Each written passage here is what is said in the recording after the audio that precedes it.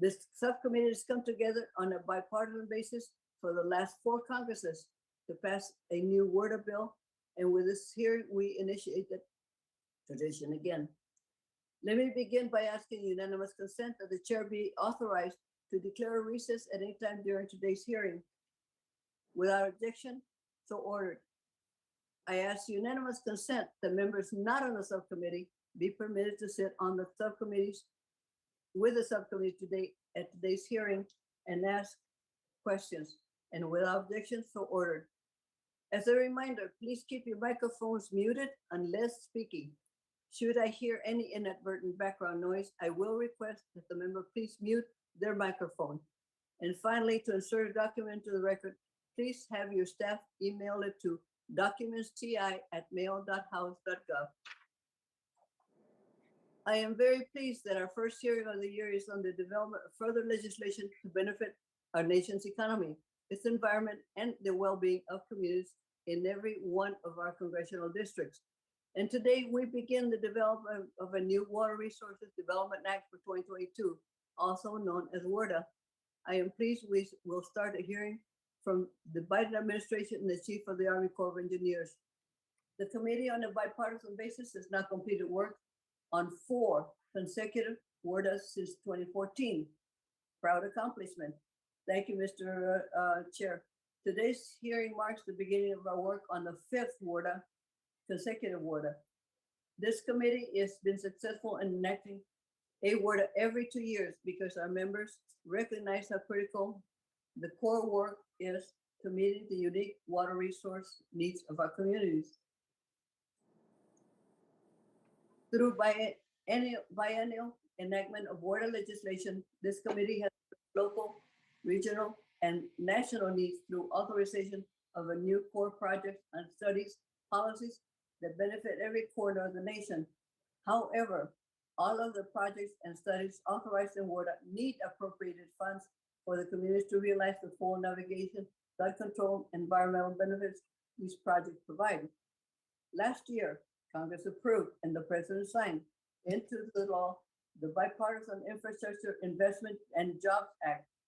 This critical legislation provides $17.1 billion to the Corps to address backlog of vital construction and operation, as well as maintenance activities on projects throughout the nation.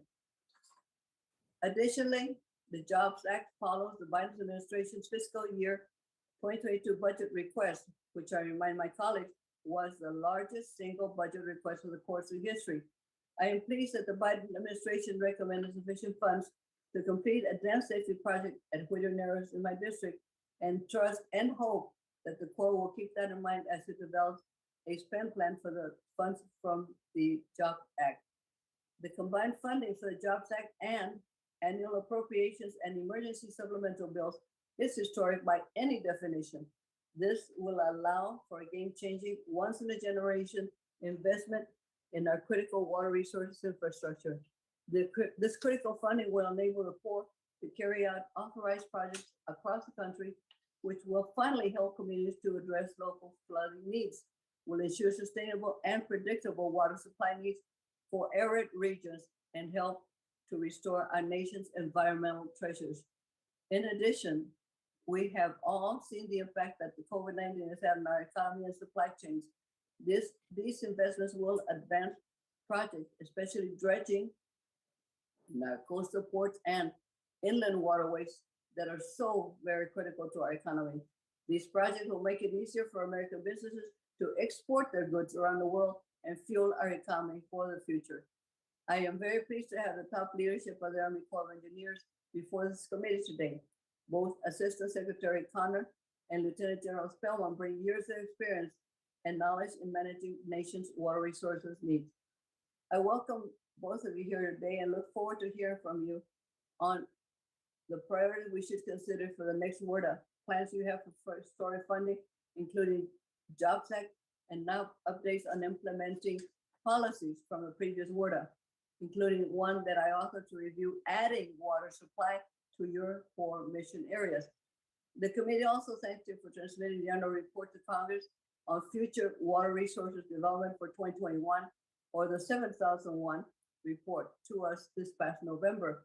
These statutorily required reports help us as we seek to authorize studies and projects in WARDA.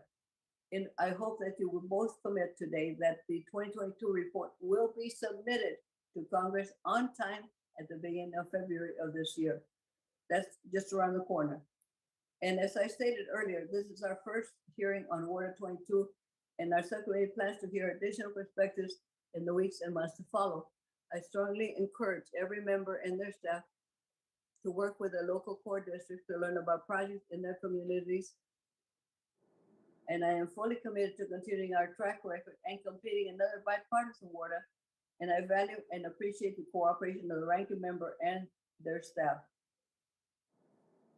Now, I'm pleased to yield to the ranking member of the subcommittee, Mr. Rouser, for any statement he may have.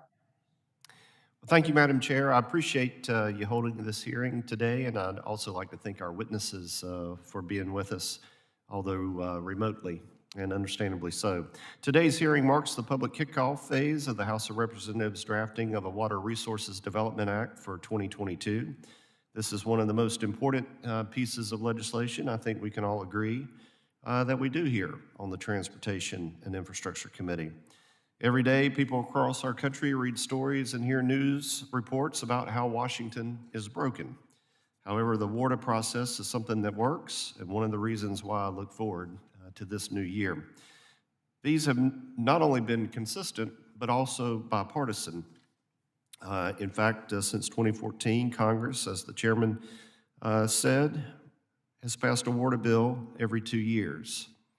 The WARDA 2020 passed the House by voice vote. And one thing we hear frequently from those who depend on these bills is how thankful they are that we work together in a bipartisan manner and do so through regular order. I look forward to working with my colleagues on both sides of the aisle here on this committee, subcommittee, and the full House to keep this institutional tradition intact. Throughout this process, we will hear from folks all around the country representing a wide variety of interests. However, it makes sense to hear first from those who actually direct and do the work, the United States Army Corps of Engineers and the Office of the Assistant Secretary of the Army for Civil Works. There are several ways that the Corps and the Assistant Secretary helped Congress develop a water resources bill. Perhaps most notable among them are the individual chiefs' reports for projects in the annual 7001 report, named after the section of WARDA 2014 that requires an annual project list to be provided to Congress that represents non-federal entity input into the Corps process. Look forward to hearing from the Assistant Secretary and the Chief of Engineers on these reports, and I also look forward to discussing best moves forward with the 2022 WARDA. Again, thank you to our witnesses, and I yield back. Thank you, Mr. Rouser. At this time, I'm pleased to recognize and yield to the chair of the full committee, Mr. DeFasi, for any thoughts he may have. Thanks, Madam Chair. As has been stated earlier, was former Chairman Bill Schuster, who started the tradition and the commitment to doing a Water Resources Development Act every 2 years, beginning in 2014. We continued that tradition last year, and I fully intend that we will continue again this year. Last year, as was noted, it did pass the House by voice vote. Actually, I believe it passed the House twice. And we negotiated with the Committee of Jurisdiction in the Senate, but even then the Senate couldn't take up a bill that passed the House unanimously, and we had to do it in the year-end omnibus budget deal. Hopefully this year the Senate will be able to partner and work with us on the bill, and so that we can better develop the policy and the projects as we move forward. The last WARDA had 48 chiefs reports. That was, as far as I know, more than any other time previously. That was more than in 16 and 18 combined, which shows that the Corps certainly has the capability to address the needs of the nation, to design projects to meet our needs and restore some of our water infrastructure, some of which dates to the 1800s, and some of that is very critical infrastructure. The Corps has been really pathetically underfunded for decades. The backlog of critical infrastructure projects has grown and grown to, tens of billions of dollars. And, we've allowed for too long our infrastructure, critical infrastructure, whether you're talking about the inland waterways, the ports, the harbors, or flood protection, other issues. We get a C minus from the Society of Civil Engineers. We can do better than that, and there's a lot of promise now. The 17.1 billion in the bipartisan infrastructure law, 11 billion dedicated specifically to project construction.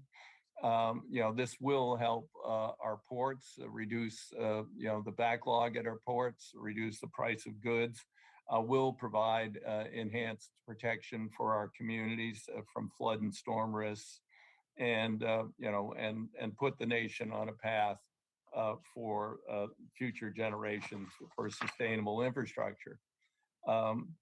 The Corps only has a couple more days to finalize where those bipartisan infrastructure law funds will be spent, and I'm hopeful to hear more about that today. We will be following very carefully the focus, the implementation of this law, as and the policy changes that were dictated in the last few WRDA bills. Since 1996, things take a little while around here sometimes way too long. I started working with Bud Schuster, that is Bill's dad, on the creation of a harbor maintenance trust fund to use the dollars, the tax dollars that have been dedicated since the Reagan era to our port infrastructure, which had been sequestered in the Treasury so that they could be used for illusory deficit offset or spent elsewhere, even though the balance did accrue to the Treasury, nearly $10 billion. And we finally got that done last year in WRDA 2020. It certainly, as the pandemic showed how overburdened and inadequate our ports are in this international economy, it couldn't have been more timely. And I want that we will continue to better support the Corps, in its expertise, make them accessible and available to any community who needs it, even though those with unique challenges, economic disadvantages, those under severe threat from climate impacts or pollution, as we heard from Mr. Garamendi before the committee met, or other issues that have been raised in Florida and elsewhere.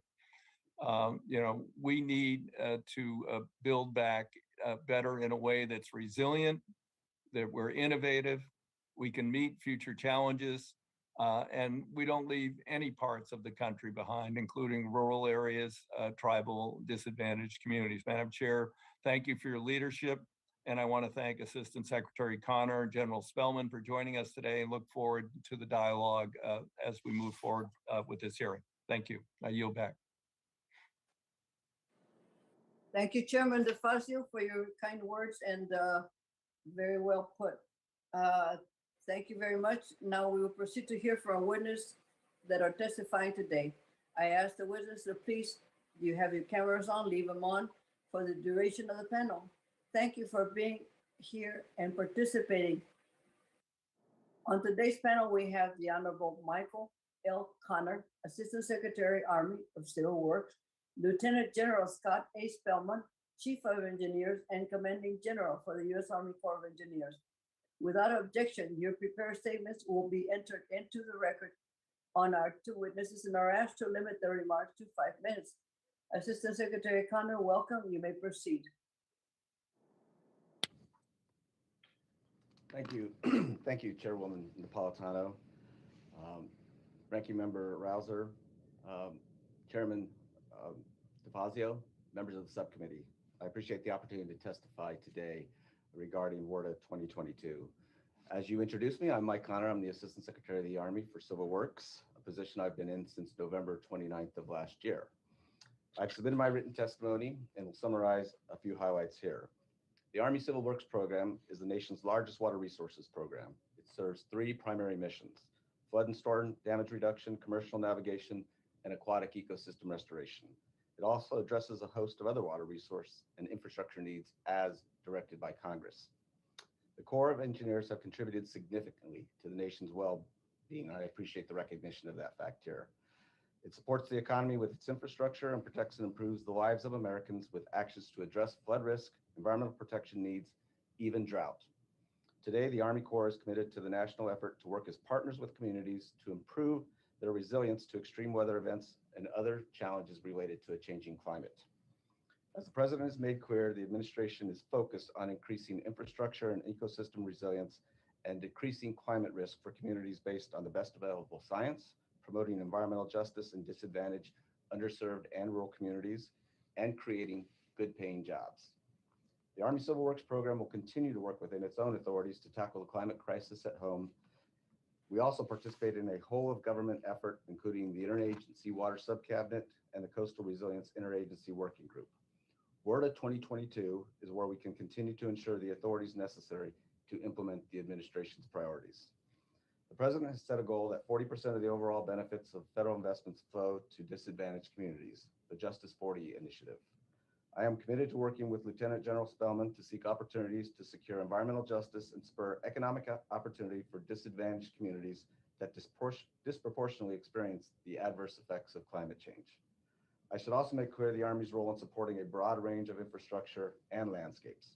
The Army works with our nation's coastal ports to maintain their channels, operates and maintains the inland waterways of commerce, supports state, tribal, and local flood risk management activities, restores significant aquatic ecosystems, and operates and maintains multi-purpose dams and the reservoirs behind them.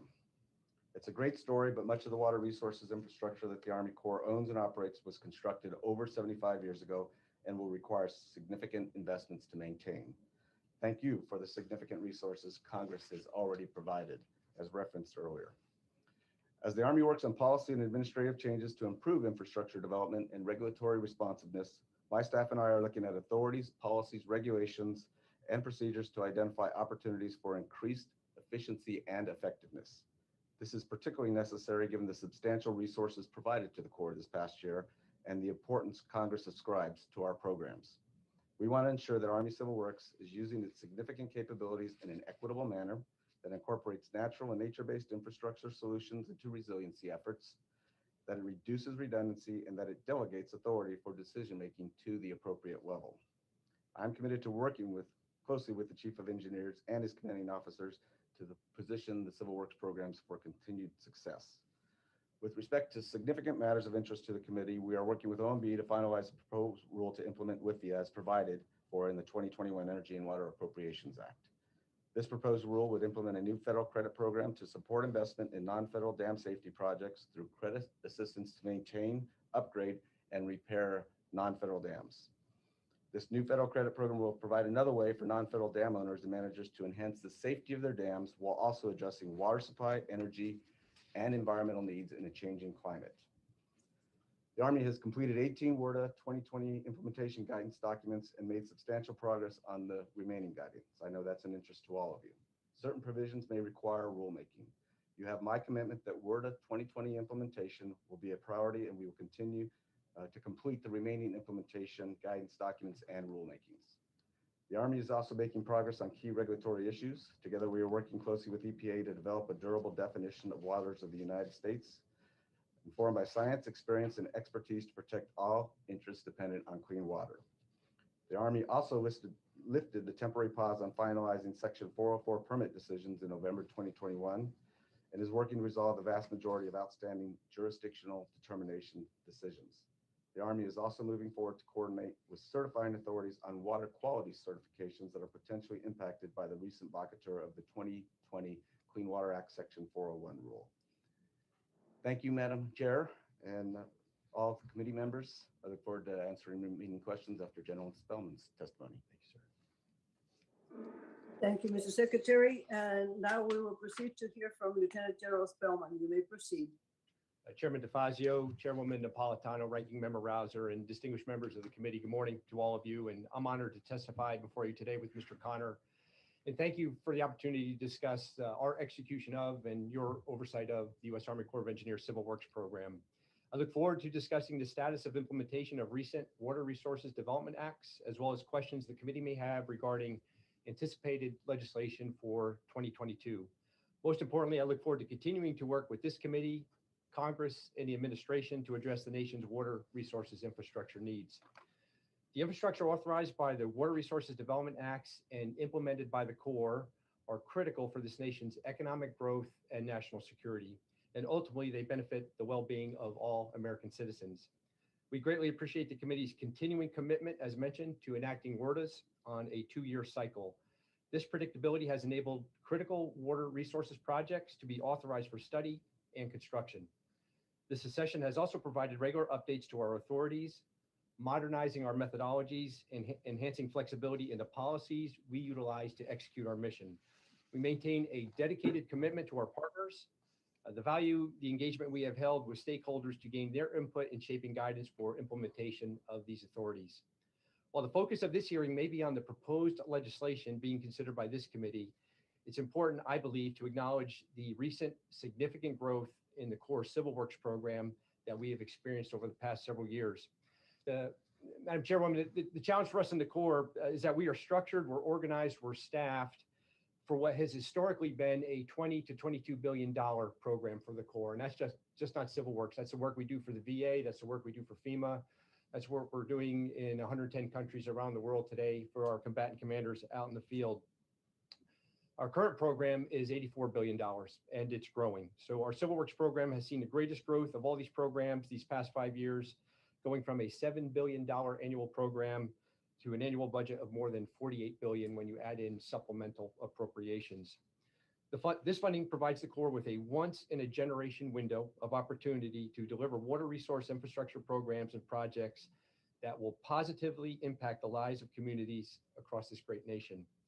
It's an opportunity we're taking advantage of to transform our organization and decision-making processes to safely finish quality projects on time and within budget. We are taking major steps to proactively identify risks to execute our mandates, and then developing measures to reduce, resolve, or eliminate these risks. Measures such as accelerating recruitment through direct hiring authorities and transforming our workplace to attract and retain the best talent, which will help us in fortifying our technical expertise to effectively develop and implement infrastructure projects. We are also combining traditional and alternative delivery concepts that allow us to develop additional contracting tools that enhance our partnership efforts. By evolving our programs, planning, and operations, we are able to overcome impacts from important drivers like global climate change. Considering adaptation and mitigation responses to climate change together, we have improved the resilience of natural and core-built water resources infrastructure. Integrating adaptation and resilience into our design processes has enhanced the effectiveness of the Corps Civil Works projects, reducing risk to vulnerable communities. Additionally, the Corps continues to provide meaningful engagement opportunities for overburdened and underserved communities and Native American tribes to encourage and enable participation in decisions that impact their communities. The Corps does not accomplish anything by itself. We use our engineering expertise and rely on our relationships to develop innovative approaches to address some of the most pressing water resource challenges we face as a nation today. My top priorities include identifying the highest priority investments and that we safely deliver quality projects on time and within budget. I strongly feel that to achieve this vision, we must execute our comprehensive research and development strategy to meet the challenges of the 21st century. We will accomplish this strategy with our U.S. and international partners in government, in industry, and academia. From climate change to warfighting, from overextended infrastructure to cybersecurity, there are no shortages of challenges that we will require bold new research and development to solve. Madam Chairwoman, I found my complete written testimony with your staff that identifies the projects proposed in chief's reports and post-authorization change reports to date since the enactment of WRDA 2020. I also included a brief summary for each project's purpose, total cost, as well as the federal and non-federal cost share. And thank you, Chairwoman Napolitano, Ranking Member Rouser, and members of the committee. I look forward to answering any questions that you may have. Thank you very much, General Spellman. That is very nicely put. We thank both our witnesses, but now we'd like to move on to our member questions. And each member will be recognized for 5 minutes. If there are additional questions, we may have an additional round as necessary. Chairman DeFazio will begin the questioning. You're recognized. Thank you, Madam Chair. To both the Secretary and the General, I want to thank you for the work you've done to extend the bids you have on the critical Coos Bay North Bend project to match with the timeline of OMB approving your work plan. Are we on track to get that done this week? Either one can respond. Sir, I'll start. We have successfully extended the bid of both offers to the 1st of April. So I think that gives us plenty of flexibility in moving forward. Right, but the question would be your entire work plan approval by OMB. I spoke to the acting head of OMB last week, and there seemed to be some confidence that we could have approval this week. Have you heard anything? Oh, yes, Mr. Chairman, we've heard a lot, been involved in a lot of discussions. I think we're on track. Yes. Okay, that's good to know, because that's very important for the nation. And as we rebuild, particularly, I want to look at the Harbor Maintenance Trust Fund General. You talked about the challenges of your long overdue, but significantly increased investment in projects and obligations. In terms of the being able to commit the harbor maintenance funds, I guess there's sort of two questions, and one would be, on the West Coast, we've had chronic issues with availability of dredging, and I just am hopeful that we're going to find a way to address that. And then the second thing would be, as we rebuild these failing jetties, breakwaters, I would assume that we are rebuilding them with an eye toward the future, toward higher levels, higher sea levels, and more violent storms. Is that correct? So that's correct, and you experienced that more than anyone with the storms and the violent water we have out on the Oregon coast. No, sir, but just for example, the Coos Bay jetties that we're talking about here, those will be designed with climate change and adaptation in mind. That's good. That's good to know. On the Columbia River, Secretary Connor, I wrote in December. We've heard from stakeholders, and the Corps has asserted numerous times that they have the existing legal authorities that relate to future flood damage reduction protection in the Columbia River Basin. As you know, the treaty has expired.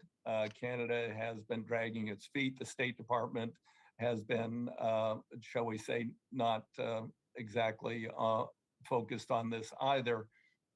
And this causes tremendous concern when with the expiration of the treaty, when we have a potential for assuming rather large obligations for future flood risk on the Columbia. Can we expect a meaningful response on that soon? Yes, we're, Mr. Chairman, we are starting those discussions in earnest based on getting input on the discussions that are ongoing with Canada at this point in time. I think our first instinct is that we do have the necessary authority, but we are doing a deeper dive on those flood management services that may change in response to how the treaty process negotiation plays out. So we're taking a deep look at that, and we'll keep in constant contact as the discussions evolve. So we may have a response in the near term that may be evolving over the next several months. So we want that to be an active dialogue with you and interested members on both sides of the aisle. Right. As you know, this is a tremendous concern to the entire Pacific Northwest, and I look forward to that response. Just one other quick point. We authorized you to look at helping design and deal with non-federal dams. I don't think that authority extended to diking, did it? Because there are areas, historically the Corps was involved in building and diking, particularly throughout the Northwest in areas of flood danger. And then in time lost to history, They turned those over to local diking districts, which just kind of disappeared ultimately, and people didn't even know in many cases they were protected by dikes. In the case of one river in my district a few years ago. Does that authority, I don't extend to providing some assistance to these districts also, or is that something Congress would need to further authorize? I'll take a first cut at that. I've got two thoughts on that. I think the authority that you're referring to is the WIFIA program, which has been limited to our ability to work with non-federal dam owners and work on safety issues. So I don't believe, I'll double check this, that it extends to dikes, but need to double check on that. And we're moving forward with the process of initiating rulemaking to implement that authority. I do think we have authority elsewhere to work on levees, dikes, through maybe the emergency response program or disaster preparedness program, but I'll let General Spellman correct me. No, sir, you have it exactly. Sir, I would have to go back and double check whether or not the water infrastructure program or WIFIA applies to dikes, but we do have other authorities, as you know, where we can help out non-federal entities on the maintenance and repair of those structures. Good. Okay, thank you. Thank you both for your testimony, Madam Chair. You're back. Thank you, Mr. DeFazio. Mr. Rouser, you're recognized. Thank you, Madam Chair, and thank you again to our witnesses for being here. I appreciate your work for the country very much.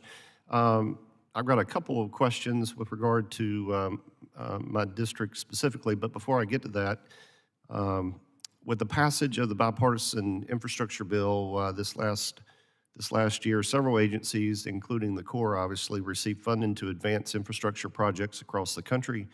However, despite this push for infrastructure, of course, projects still face significant bureaucratic and permitting hurdles that can cause years of delays. How's the Corps working to implement this legislation and create efficiencies in its processes to expedite critical infrastructure projects? Sure, I'll start. Sure. So we recently renewed 57 nationwide permits following extensive feedback from the public. And that will certainly enable accelerated delivery of projects with all the appropriate safeguards for the environment. We acknowledge we have more work to do on that front, and we're wide open to any additional recommendations that we get from the administration or members of Congress. So I would just highlight that as one example on how we're working hard to get these projects in the ground. And I would just add to that, there has been a lot of changes in the regulatory world, as we all know, and I'm sure will be discussed more today. So I think I appreciate the fact stepping into this role that the Corps' primary goal has been regulatory certainty and efficiency in which it carries out its regulatory actions. And I see that with nationwide permits that General Spellman referred to, and we will be seeking to do that as we move forward with waters of the U.S. and other regulatory changes that we need to deal with, that we need to go through the processes to get to some durable rules and regulatory certainty so people can do their business. I'll come to back to that in more detail later. General Spellman, the Coastal Storm Risk Management Project at Wrightsville Beach, which I know you're very familiar with, has existed and received assistance from the Army Corps since 1986. During that time, as you know, that particular beach has used the same bar site for its sand, but due to a recent rule change at the Department of Interior, the Corps can no longer use that historic bar site, and we'll have to go offshore for that necessary sand. Will the Corps have an offshore bar site identified and ready to be permitted before the 2022-2023 project season? What's your analysis of that? Yes, sir. So in short, the answer is yes, sir. We're going through the permitting action now for that offshore borrow site. We expect to have that permit complete by September of this year, which will allow us in turn to do a quick contracting action to get after that work. As you're also aware, the Army Corps had previously worked with the towns of North Topsail Beach and Surf City to establish a coastal storm risk management project. The planning for this project went through many phases, had multiple cost estimates over the years, but the bottom line is that price tag was high enough to where the town of North Topsail decided to withdraw. So the bottom line question is the Corps able to move forward with this project despite the town of North Topsail removing itself? And if not, what steps are going to be necessary to ensure that Surf City has what it needs? Yes, sir. So my staff is completing now what we call a validation report. My discretionary authority on this project, a project that Congress authorized, is I can move forward as long as there's not about a 20% change in scope. And so that's what we're validating right now. If it's not 20%, sir, we will move out.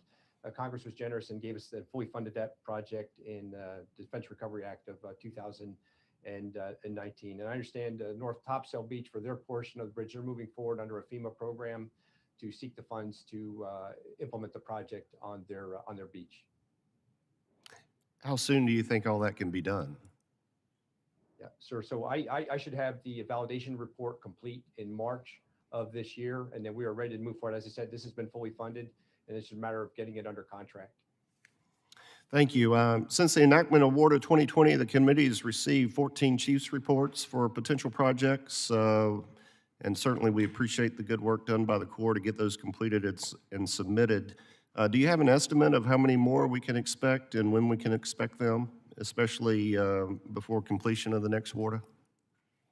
Congressman, we're at 14 now, as you mentioned. I have 7 more that I will sign before May of this year that I am high confidence we'll get those into WARTA 22. And then on top of that, there are another 7 that we are working to pull to the left so that we can get them in front of you for consideration. So, sir, it may be upwards of 28. What about post-authorization change reports? Sir, I have that number, and I will follow up with you and get you that. Is there anything else that the committee should expect to receive that we don't know about at the moment? Sir, we've completed hundreds of legislative drafting services. Those continue to come in, and of course, we're always open to discussing any recommendations or tools that the Corps or the Secretary would like to see that would better enable us to deliver on this massive program that you've trusted us with. Thank you, Madam Chair. I yield back. Thank you, Mr. Rouser. I will now recognize myself for 5 minutes. This will be the first word for the Biden administration, and we've heard that the Corps now has plenty of funding towards emissions. Mr. Connor and General Spellman, what are the priorities of the administration and the Army Corps of Engineers for the Water Resources Development Act of 2022? I'll take a first cut at that, Madam Chair. Obviously, in the set of priorities that we have are those identified in the 7001 reports. The one that you noted was moved forward and sent to Congress last November, and we are working on that one for FY 2022, as you noted in your opening comments. So we're working expeditiously to get that report up to Congress. Beyond that, we are looking at opportunities to further the administration's priorities, and those are to enhance our ability to build resilience with respect to our projects activities, to enhance environmental justice and our ability to move forward with economically disadvantaged and rural communities, as well as moving forward in our role in helping facilitate the nation's supply chain and dealing with those issues. Now, there are a lot of provisions that we are in the midst of implementing from WARTA 2020 in those areas. I think the bipartisan bill that was put together really moved forward a number of those initiatives. We've got some specific thoughts on other opportunities, particularly working with tribal communities, but I'll turn it over to General Spellman, as this is a tag team, as you know. Yes, Madam Chairman, I would say our parties in the Corps are those of Mr. Connor and the administration. I would just say specifically for execution, my priority for the U.S. Army Corps of Engineers is to employ the tools and authorities that you have given us in this upcoming WARTA and previous WARTAs to their maximum effect, and that we safely deliver quality projects on time and within budget. And as Mr. Connor said, we think there are a number of tools that the committee could consider that would enable us in this WARTA to do that even better. Can I just add to that? I think, we have talked about it, and I think Chairman DeFazio mentioned this. We need to be innovative in our approach to deal with the challenges that we have in the area of water resources in all the range of our programs. And a lot of that is driven by a changing climate. But as General Spellman noted, the volume of work that is expected of this agency, which we welcome, requires innovation in how we approach that work. And the tools from contracting to hiring that help us carry that out, I think, is an area that we are looking at very closely, and Congress is doing its role, not just with the volume of resources, but the innovation with respect to the trust funds, the Inland Waterways Trust Funds and Harbor Maintenance Trust Fund. We very much appreciate the added flexibility and the incentives to use those funds more. I think it's a combination of all these elements where we have to be innovative. Then does that include checking out for supply shortages? For the Army Corps to carry out the projects? Ma'am, are you referring to supply chain? Yeah, I was supply chain or water supply. Well, no, supply chain of equipment and stuff that you were gonna need for your projects. So ma'am, I'll just give you a quick vignette. I had to call the Air Force here about 2 weeks ago on a Milcon project that we were delayed on because I could not get 3-inch screws to hold insulation and metal roofing down on 3 KC-46 hangars at Tinker Air Force Base. I have a few select shortages across the country like that, but thankfully I have not experienced that in the Civil Works program so far. Well, then, Mr. Connor, I'm glad you're bringing your experience in Western Water to Corps. Been working diligently for many years using reservoirs in the West for more effective water supply. Where 2020 included provision I authored adding water supply to your primary mission. What is the status of this review, and when do you anticipate being able to share the results? A quick response, and I'll turn it over for General Spellman for more details. I believe we are, the report that's due on water supply as a primary mission function is due in June of this year. And so we are on track. I know it's being put together, and we anticipate being able to deliver that report on the timeline that was identified in Word of 2020. But I do want to talk to the, your sense, Madam Chair, and we've worked together a long time on these issues, and knowing the innovative approaches to water supply, I share that view completely. I see, and mentioned in my opening comments, I think I've been pleasantly surprised in understanding not just the magnitude of the overall Corps' mission, but how it contributes to addressing water supply and drought in specific watersheds.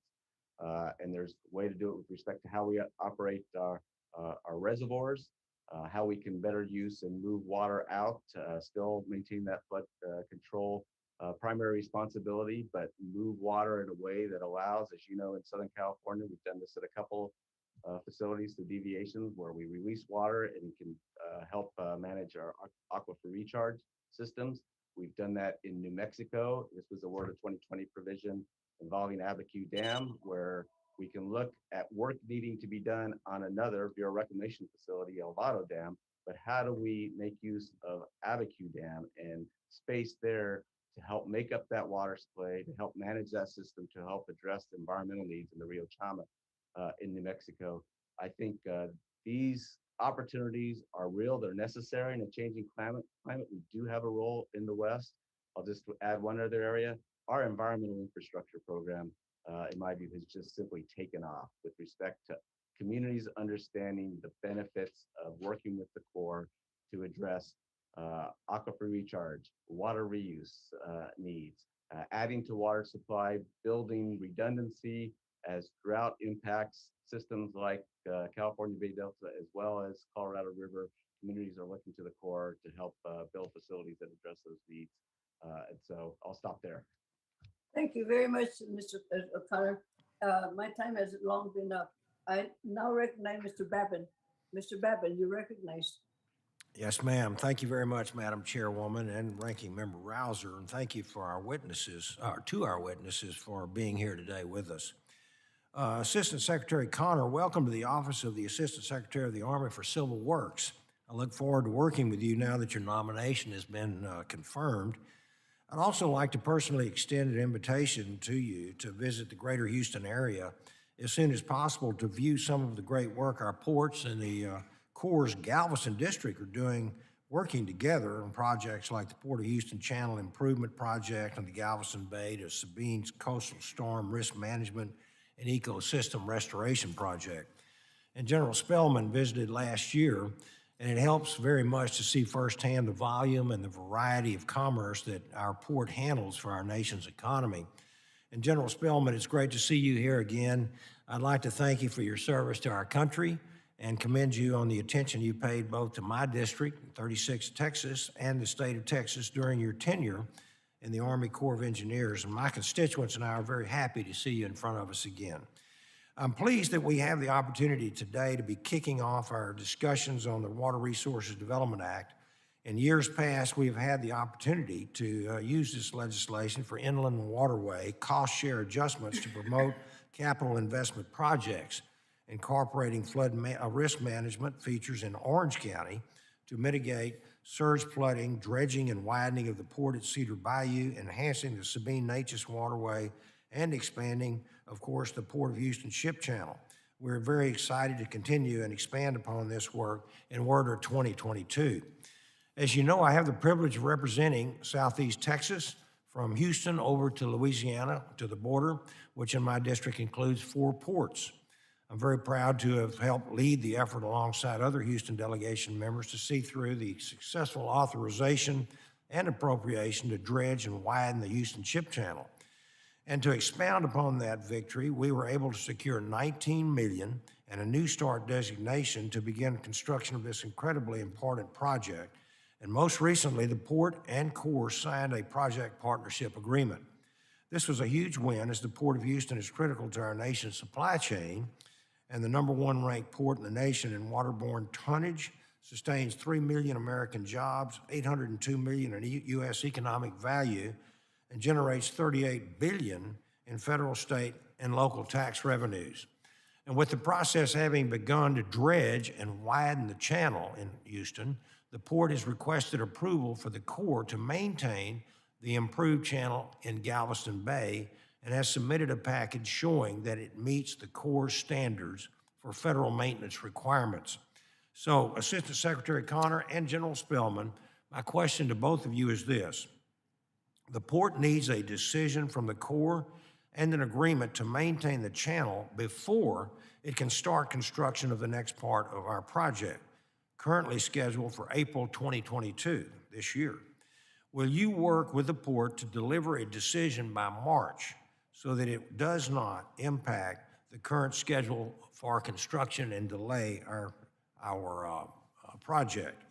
I was very proud to work with Assistant Secretary R.D. James on several Texas issues during his tenure, and I look forward to now working with you both and continuing to improve our port and water infrastructure as we explore priorities for the Water Resources Development Act. But would you give us kind of what your ideas are and let us and tell us by March if this can happen? Sure, General Spellman. I'll start. I spoke with Colonel Vail and General Beck earlier this week. That 204 package is with the region. We will expedite. We'll get that up to headquarters for our review and over to Mr. Connor for his consideration. So I don't have any issues in meeting the March timeline. Excellent. That's great. And Mr. Secretary? Absolutely. My goal is to not let things sit around in my office and on my desk. So we'll work expeditiously on that package, Congressman, and I appreciate the invitation. It's on the radar screen, absolutely, to get down in your neck of the woods, understand the value and just the infrastructure in general. So I'll look forward to doing that. That's great. Thank you, Mr. Secretary. And General, I appreciate you coming as well. So thank you, and I'll yield back, Madam Chair. Thank you, Mr. Babin. Thank you very much for your questions. And now we turn to Mr. Huffman. You're recognized. Well, thank you very much, Madam Chair, and I want to thank our administration witnesses for sharing their priorities for this year's WRDA. As many others have said, it's great that WRDA is something that we've been able to do under Democratic and Republican majorities, under Democratic and Republican administrations on a very consistent and timely basis, and we want to continue that. So we have the opportunity in this year's WRDA to build on the successful bipartisan Infrastructure Investment and Jobs Act and historic $17 billion that we've invested in the Corps of Engineers. We are finally unlocking the Harbor Maintenance Trust Fund, as Chair DeFazio so eloquently talked about, increasing investments in our overburdened ports and waterways. And so WRDA 2022 really offers us a great chance to put those dollars to good use. And in my district, we see some examples of what happens when that Harbor Maintenance Trust Fund is unlocked and those dollars are put to good use. The Petaluma River was silted in, pretty much unnavigable. The recreation even was difficult. Certainly, commercial navigation had ground to a halt because this channel had not been dredged in 17 years. And last year, that dredging was completed and the river came back to life. There was commercial navigation, there was recreation all over the place. We even had a lighted boat parade this holiday season on the Petaluma River. So we've seen the kind of transformative difference it makes when these dollars get to work in our communities. And I hope the 2022 WRDA, the Corps in my district will prioritize investments in projects like the feasibility study for raising the dam at Coyote Valley Dam and Lake Mendocino. And then we've got some other shallow dredging needs, the San Rafael Canal. We need to move forward with the phase 2 of the Hamilton Wetlands Restoration Project at Belmarin Keys and continue to implement the Section 1122 Beneficial Use Pilot Project on the San Francisco Bay. But thanks to the 2020 WRDA, these increased investments are really making a difference. And so I want to focus my question for Secretary Connor on this. One of the big challenges we have, even when we unlock the funding for the Corps to do these projects, is the lack of dredging capacity on the West Coast. We are uniquely dependent on the Corps itself because the private fleet just hasn't provided the kind of assets that you see in other places like the East Coast. And so if the Essayons is in dry dock getting repairs, if another, one of the other few assets that the Corps has is in some other part of the country and we have a critical need, we are just out of luck.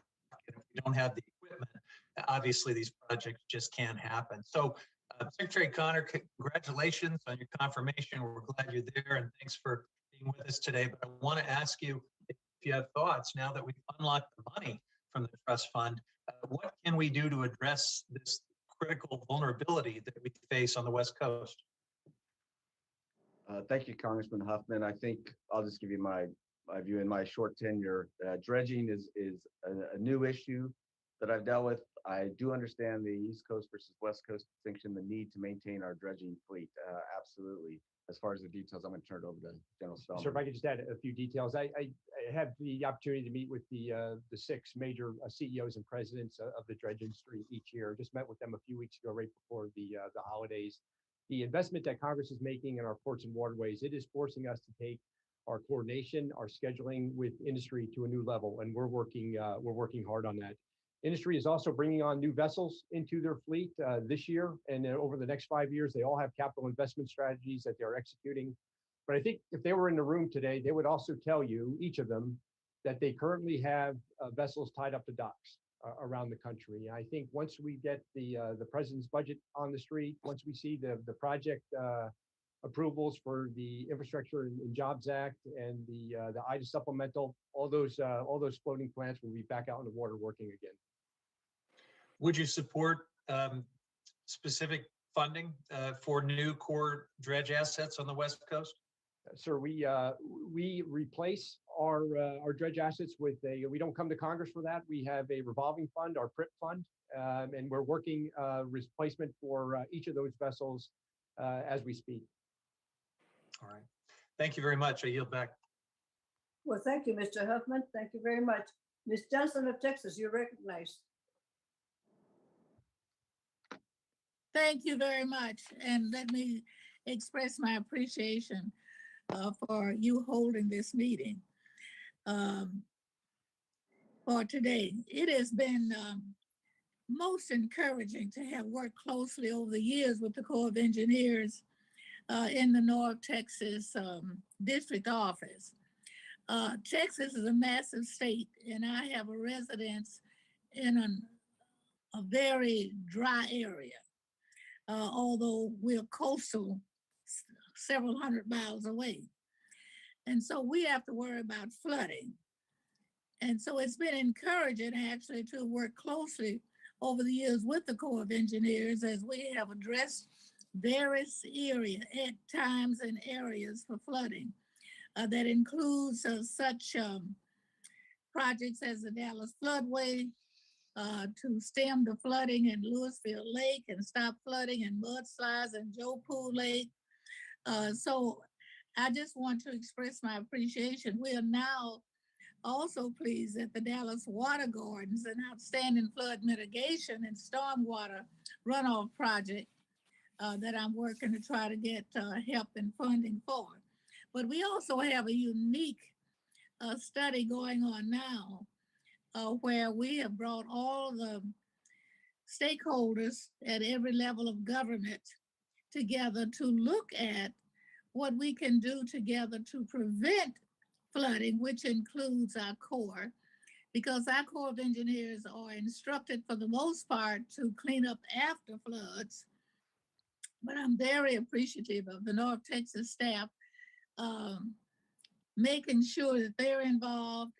Because if we can prevent flooding, we save a lot of money and a lot of loss. And so I guess what I want to ask them today is that are they aware of the progress that we're making in that study group? And- The flood prevention. Yeah, ma'am, I'll start. As you know, you're referring to the Opportunity Watershed Study. We know we need a new start authority and funding to proceed on that formally. But what we're doing to lean ahead, we're using authority under our floodplain management services to build the models now that will allow us to do the analysis when we receive that new start and funding to do the actual. So we're not standing by waiting. We're using the tools we have and the authorities we have now to move on a very important work as you described. Well, thank you very much. I have no further questions, Madam Chair. I want to just express my appreciation for them staying in touch and working with us in this unique area. I yield back.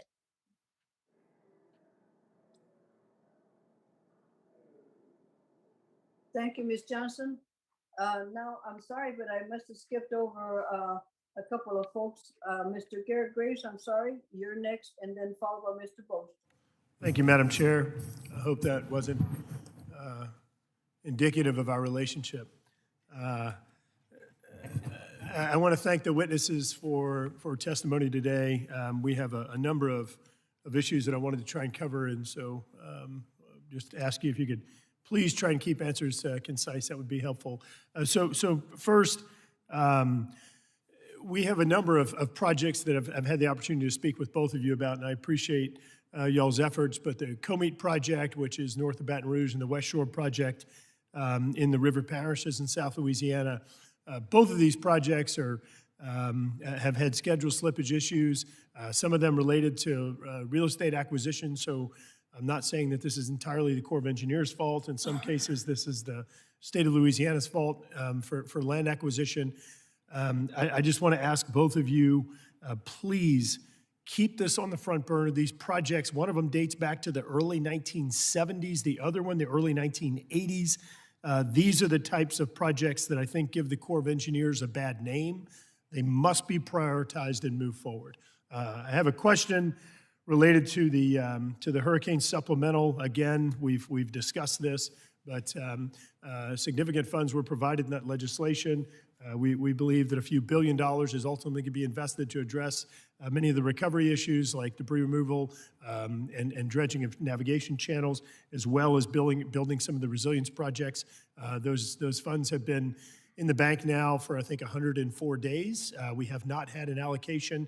Just wanted to push you again on getting an answer there. Absolutely. Real quick, Congressman.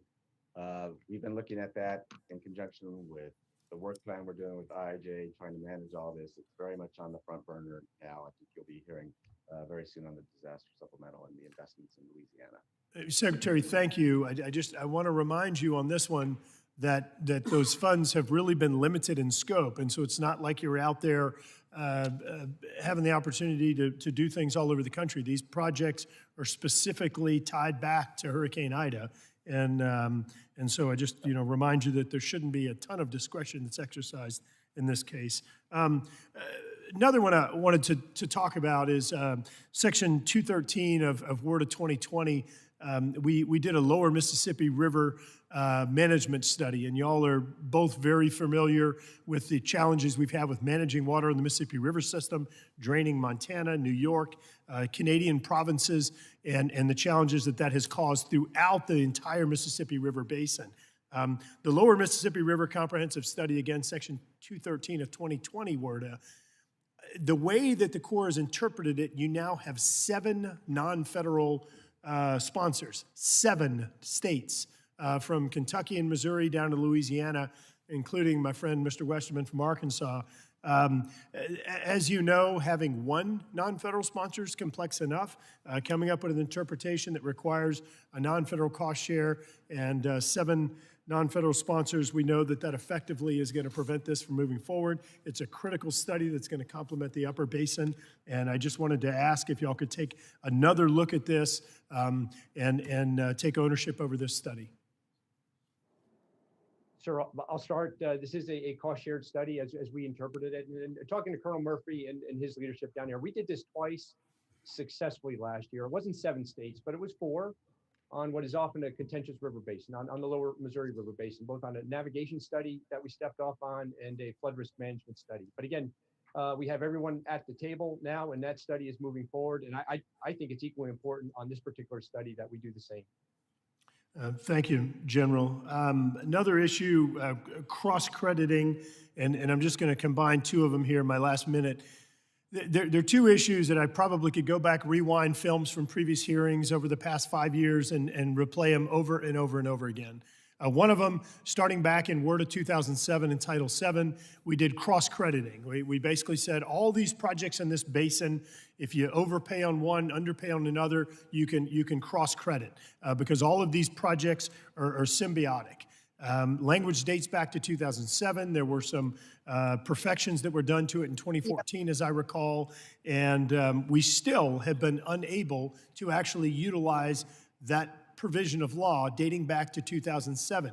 Similarly, non-standard estates, this requirement by the Corps of Engineers that you have to buy land in fee title when you may have property owners that are willing to donate a project easement, thereby reducing the cost and expediting the ability of the project to move forward.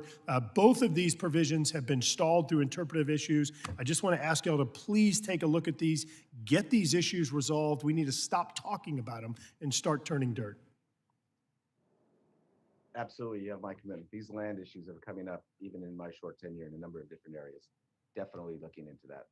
Mr. Secretary, thank you. Look, I just want to reiterate, these are mostly for ecological restoration projects. We have people willing to donate the project easement, and so it reduces costs and expedites time frames. So I'd really appreciate that, and I want to thank you both for your efforts. Madam Chair, thank you, and yield back.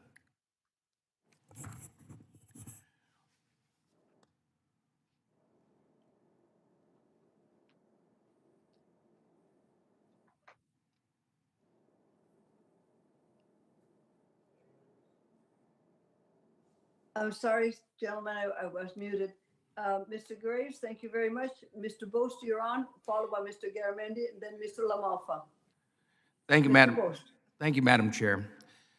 Secretary Connor, you know, in your testimony, you mentioned the importance of reliance quite a bit on that much of the water resources that the Corps works on are in need of upgrades and investment. In my district, the Jerry F. Costello Lock and Dam is part of the Upper Mississippi River 9-foot navigation project and plays a vital role in the economic competitiveness of the region.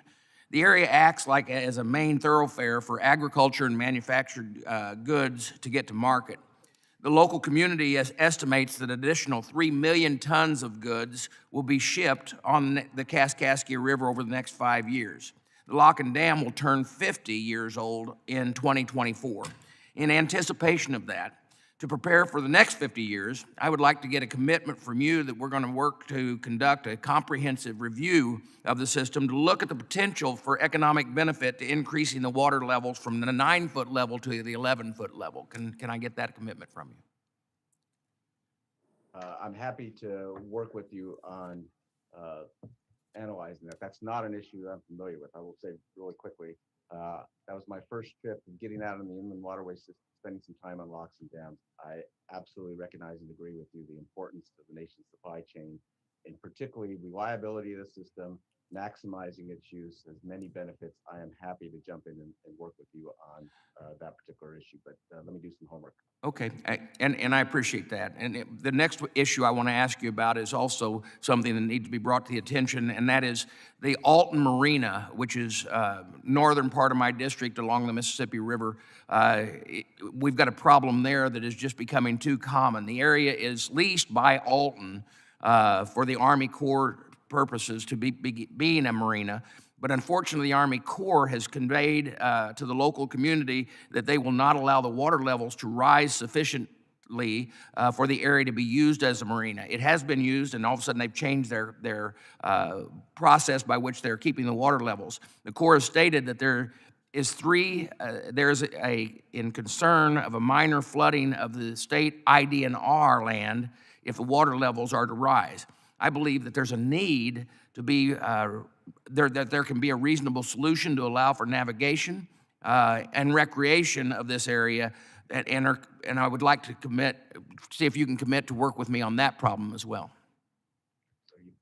Sir, this is General Spellman. I am not familiar with this one, but I will follow up right after this hearing to get into the details. Yes, sir, you have our commitment to work with you. Yeah, that marina is vitally important for a stop-off midway between people traveling from the Gulf on into the Great Lakes area, and this is the importance of that marina.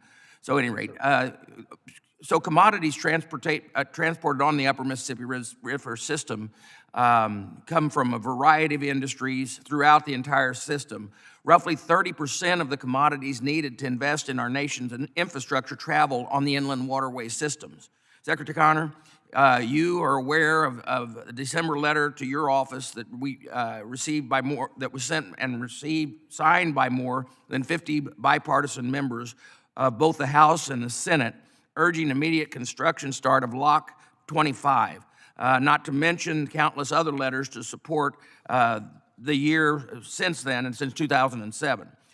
General Spellman, can you please explain to the committee the impact of putting Lock 25 in place and what we can see for the future for moving larger amounts of goods up and down the Mississippi River? Yes, sir. I've been out to this project and several more on the system, and I acknowledge the importance of this particular suite of projects to transportation in your region. As you know, sir, we're in design. This is part of the navigation ecosystem program.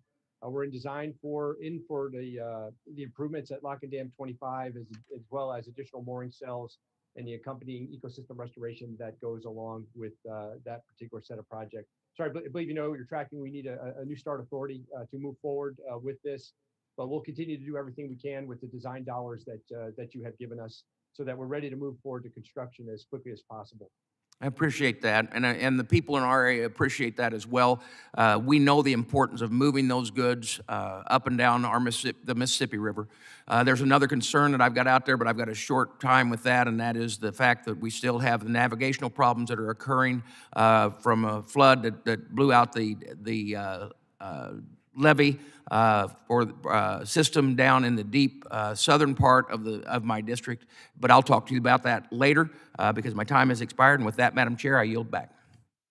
Thank you very much, Mr. Bost. Next, we have Mr. Garamendi, followed by Mr. LaMalfa, and then Mr. Melanowski. Mr. Garamendi. Thank you, Madam Chair. This is a question for Secretary Connor. President Biden's Executive Order 14005, ensuring the future is made in all of America by all of America's workers, directs all federal agencies to fully implement our nation's Buy America requirement for federally funded infrastructure projects. For civil works project carried out by the Corps, the Buy America Act clearly applies. However, it seems that projects carried out under the Corps Section 1014 and Sections 1043, these are the non-federal implementation authorities for which the non-federal sponsor acts as the contracting agent on behalf of the Corps. These apparently and inadvertently are loopholes to the Buy American Act. So this is a question, Secretary Connor, will the Army Corps commit to fully implementing the President's executive order to apply Buy America Act to projects carried out under these non-federal implementation authorities? And if you do not have the authorities, please clearly state so that we might correct this in the new WRDA. Secretary Connor. Yeah, thank you, Congressman Garamendi. Yes, absolutely. We are going to work and move forward consistent with the President's executive order. I'm not familiar with these two particular sections. Maybe General Spellman is, but I will certainly take a look at that in response to you raising the issue with me. Sir, my understanding is a non-federal sponsor, whether under 1043 or a cost share agreement, has to follow all of the federal acquisition regulations. But we'll go back and double check that there's not a loophole here on these two authorities. Please do, and thank you very much. We believe that this is not being implemented, and it certainly should be. And if you don't have the authority, well, then that's our job. Let's see, another question here to Secretary Connor. Will the Army Corps of Engineers, Secretary Connor, Congress has provided many federal agencies, including the Army Corps of Engineers, other transactional authority, OTA, to expand the government's access to innovative projects taking place in the private sector, overcoming some of the rigidity in the federal acquisition process. The Army Corps of Engineers has OTA, other transactional authority, for its military missions. And I thank General Spellman for the implementation of some of those projects in my district. However, the Corps has concluded it lacks the authority to use the OTA for its civil works missions. If that is the case, we must correct it. And so this goes to Secretary Connor and to Spellman. What is the situation and what is your view? And if it is not your authority, then we need to correct that. Sir, this is General Spellman. I'll start. So the DoD authority that you're referring to, the other transactional authority, that allows us to carry out certain prototype projects, certain research projects, and certain production projects. And there are cases, as you mentioned, in our MILCON program where a project fits that category. I am not exactly sure of the application in the Civil Works program, but I would tell you we are absolutely open to this discussion and any tool that allows us to deliver more effectively. We would like to do more research and homework on this one, sir. Then this is really for our committee. This is really an important thing. We use it extensively in the military construction projects for which we're responsible in the Armed Services Committee. And it really should apply for Civil Works also. Within the Sacramento River Basin, Secretary Connor and General Spellman, Congresswoman Matsui and I secured Section 209 of the 2020 WRDA to put in place the comprehensive study for the Yolo Bypass in just west of Sacramento. That was designed not just for the bypass, but rather for the entire flood control system, giving the Corps the authority to look at the Sacramento River comprehensively rather than project by project, one-off systems that have been in place for a century. I bring this to your attention and I want to urge you to fully implement this in a comprehensive view of the Sacramento River flood control system. General Spellman, Secretary Connor, if you care to respond.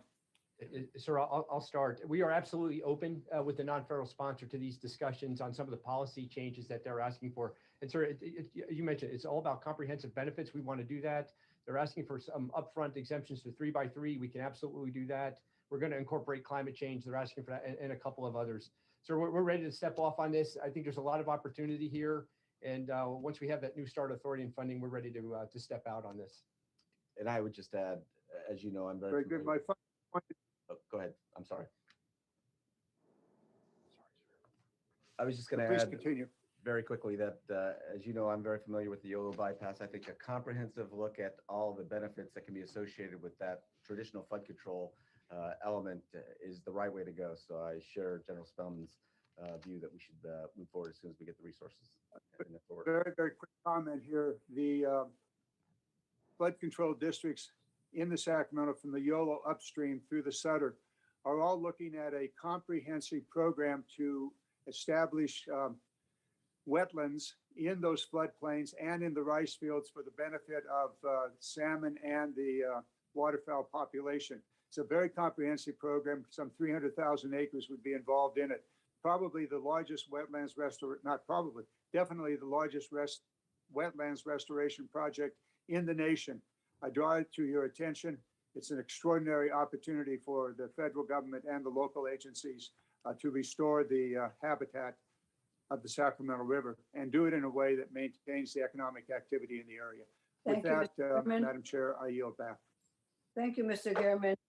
We will now have Mr. LaMalfa, followed by Mr. Molinowski, followed by Mr. Mask, and then Ms. Bordeaux. Mr. LaMalfa, you're on. Thank you, Madam Chair. Appreciate it. Thank you for this hearing today and the opportunity to speak with the Corps. And first, I want to commend the work with the Corps in our neighborhood that Mr. Garamendi and I have shared these years on several projects on the Feather River as well as on the Sacramento. The Hamilton City Levee project has essentially reached its culmination here. There's still some work to be done, but we've got flood protection there, as well as things are almost all buttoned up on the lower Feather River where it flows through Butte and Sutter and Yuba counties. And so anyway, we're very pleased to see that pretty much nearing its completion here. So with that, Secretary Connor, I want to move over to the WOTUS situation, the Waters of the United States, and the rules over that have changed time and again over recent years, and really thrown the rural communities and agricultural community into a big kind of a tizzy over which rule it's going to be as those sectors are affected by that. So Secretary Connor, in your confirmation hearings, you talked about the need for some type of clear and enduring definition. And I have a quote: "The rule has changed so many times over the years that I'm not sure the challenges are going to be any different. We need to have a clear definition of waters of the United States, that one that is protective as it should be under the Clean Water Act, but one that it provides clarity." I think you know the goal, from what I understand, in embarking upon our new rule is to, this is the really important line you said, work very closely with the affected parties under that rule. So my goal would be to have a clear rule that has some enough level of input that hopefully we can get out of this litigation cycle and we can move on with a rule that's going to be in place for a number of years. That should be the goal. That will do the most, I think, to help the Corps in its permitting ability and its responsibilities for making jurisdictional determinations if we have some clarity and we have some longevity to the next rule. That's going to require some collaboration, working with stakeholders, and I believe that's the game plan. Then the second part of the quote is, "Durability and longevity of a new rule will be a very high priority." I think those are good things you laid out in your confirmation. And certainly, as we're looking for clarity and not have the rules change again and again, as I think we've moved towards a pretty good balance these days in that, the affected parties have input, and we're having a situation where not every raindrop or every mud puddle is seemingly under the jurisdiction of the federal government. So please comment on that, as we've seen the 2020 rule that has been in place not that long, but certainly starting to work for rural areas. But touch on that, please, for me. Absolutely. I appreciate you raising this, Congressman LaMalfa. And if anything, I'm even more committed to those words that I spoke during my confirmation hearing. We need a durable rule. We need to calm the waters, not to use a pun, but with respect to this, and provide the regulatory certainty that folks need who are the regulated community, and do so that is consistent with protections envisioned by the Clean Water Act. And I think going back initially, and this is the game plan, as you know, going back initially to pre-2015 WOTUS, the rules and regulations that were in place then, as modified by agency guidance pursuant to Supreme Court decisions that came out in the early 2000s, mid-2000s, I think provides some structure and certainty now that people dealt with prior to the 2015 rule and then the Navigable Waters Protection Rule. So that's a good start, and then a very methodical second step rulemaking that's been proposed by the administration that engages deeply with affected communities, obviously preserving the agricultural exemptions are statutory, but also ensuring that we're doing the right protections and hopefully can withstand any litigation, which I hope doesn't come. That's the goal. And I've talked to my counterparts at the EPA, Administrator Regan, Assistant Administrator Fox. I think they are absolutely committed to that. That's most encouraging, and that's the reason that I'm even more fully committed to those words that you raised. So how much change do you anticipate from the 2020 rule or the move in the direction away from pre-2015? How are we going to have, clarity as we have it today where, again, those that are mostly affected are going to see some continuity instead of a whole new set of rules that might come within a year or so? Well, I think, and I need to do more homework on this because as you know, it's a very, very complicated from a legal standpoint, but we had Supreme Court decisions, we had regulations in place that implemented the responsibilities of the Clean Water Act. And then we had Supreme Court decisions that had some certain clarity. And then we had, terms that were incorporated about relatively permanent and significant nexus. And there was agency guidance moving forward with those directives from the Supreme Court that the regulated community and the environmental community seem to deal with. And that's the starting point, I think. And so people understand what that is. And that's what we're going back to now. As we move forward in a second round that's been talked about as far as the process, that's going to be the result of engagement and how far and we go in getting into further details. I think and interpreting those terms is something that we're going to have an in-depth dialogue about, which is what the administration is committed to. Thank you, Mr. Lamalfa. We now will proceed to Mr. Malinowski, followed by Mr. Mass, Ms. Bordeaux, Mr. Westerman, Mr. Carvajal. Mr. Malinowski, please proceed. Thank you, Madam Chair.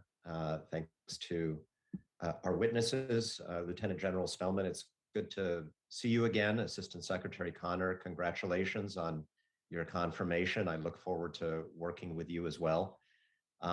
Lieutenant General Spellman, you and I have spoken several times, as you know, over the years about the Rahway River Flood Risk Management Study in New Jersey. I represent some of the towns in New Jersey that were hardest hit by Tropical Storm Ida, which claimed the lives of 30 people in my state and made clear once again the urgent need to protect the people, the homes, the businesses in and around the Rahway River watershed. You're a Jersey native. We've discussed in previous meetings this issue. I know that you're very familiar with this area. And while I'm very proud of the work that we've done with FEMA to deliver hundreds of millions of dollars in assistance to more than 80,000 households in New Jersey that were affected by the storm, I'm troubled that so much of our state remains vulnerable to the next inevitable big storm. Now, turning to WRDA, as you know, the 2020 bill nullified the Corps' termination of the Rahway study and ordered the Corps to identify and expedite an acceptable way forward. So the project should now be back on track. It's back with the Corps' New York district, where we think it belongs, and we're very grateful for that move. And in the guidance that the Corps issued back in August related to implementation of the Rahway provision in WRDA 2020, you acknowledged that you had the funds in place to proceed with the resumption of the study. So Lieutenant General Spellman, Assistant Secretary Connor, feel free to weigh in as well.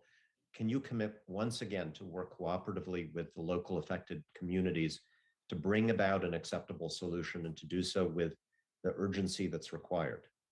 As you know, it's not if, but when another devastating storm will hit this area. Hey, sir, I'll start. This is General Spellman. We have $800,000 on hand for the federal portion, and we're ready to step out and move out on this study. And we're working with the New Jersey Department of Environmental Protection.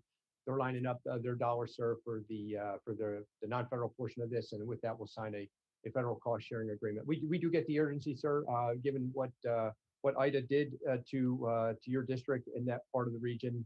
And you have our commitment to work hard with the non-federal sponsors to get to an acceptable solution.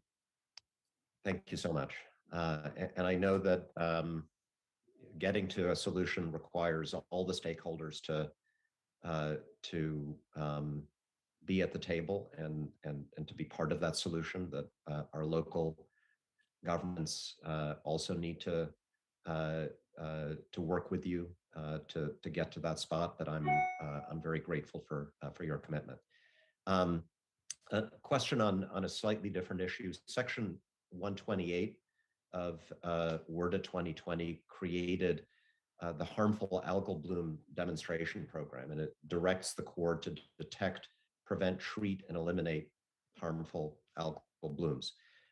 New Jersey is designated in the law as one of the focus areas for the program, which is, we think, very, very appropriate, because we have seen water bodies throughout New Jersey, including in the Lake Hopatcong and Bud Lake in my district, really badly affected by this phenomenon. So I wanted to ask you both if you can offer any status update on the Corps' implementation of that specific provision. Sir, General Spellman, we received the Secretary's implementation guidance for this provision last night. We're excited. Again, this is opportunity. We have great work ongoing on this front in Florida on Lake Okeechobee. We have it in New York up on Lake Champlain, ongoing in Ohio on Lake Erie. Look forward to applying this work on the inland and coastal waters of New Jersey as well. Fantastic. Thank you so much. I yield back, Madam Chair. Thank you, Mr. Malinowski. Thank you very much. Mr. Mast, followed by Ms. Bordeaux, Mr. Westerman, Mr. Carvajal. Mr. Mast, you may proceed. Thank you, Chairwoman. Thank you both for your testimony today.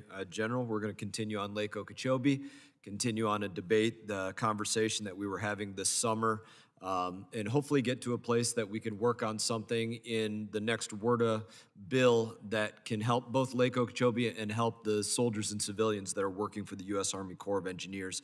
I asked you a very pointed question last summer, General. Are the soldiers and civilians working at Port Mayaca directly on top of the toxic water pictured behind me, which is off-gassing and is toxic to a level sometimes 100 times greater than the threshold of toxic?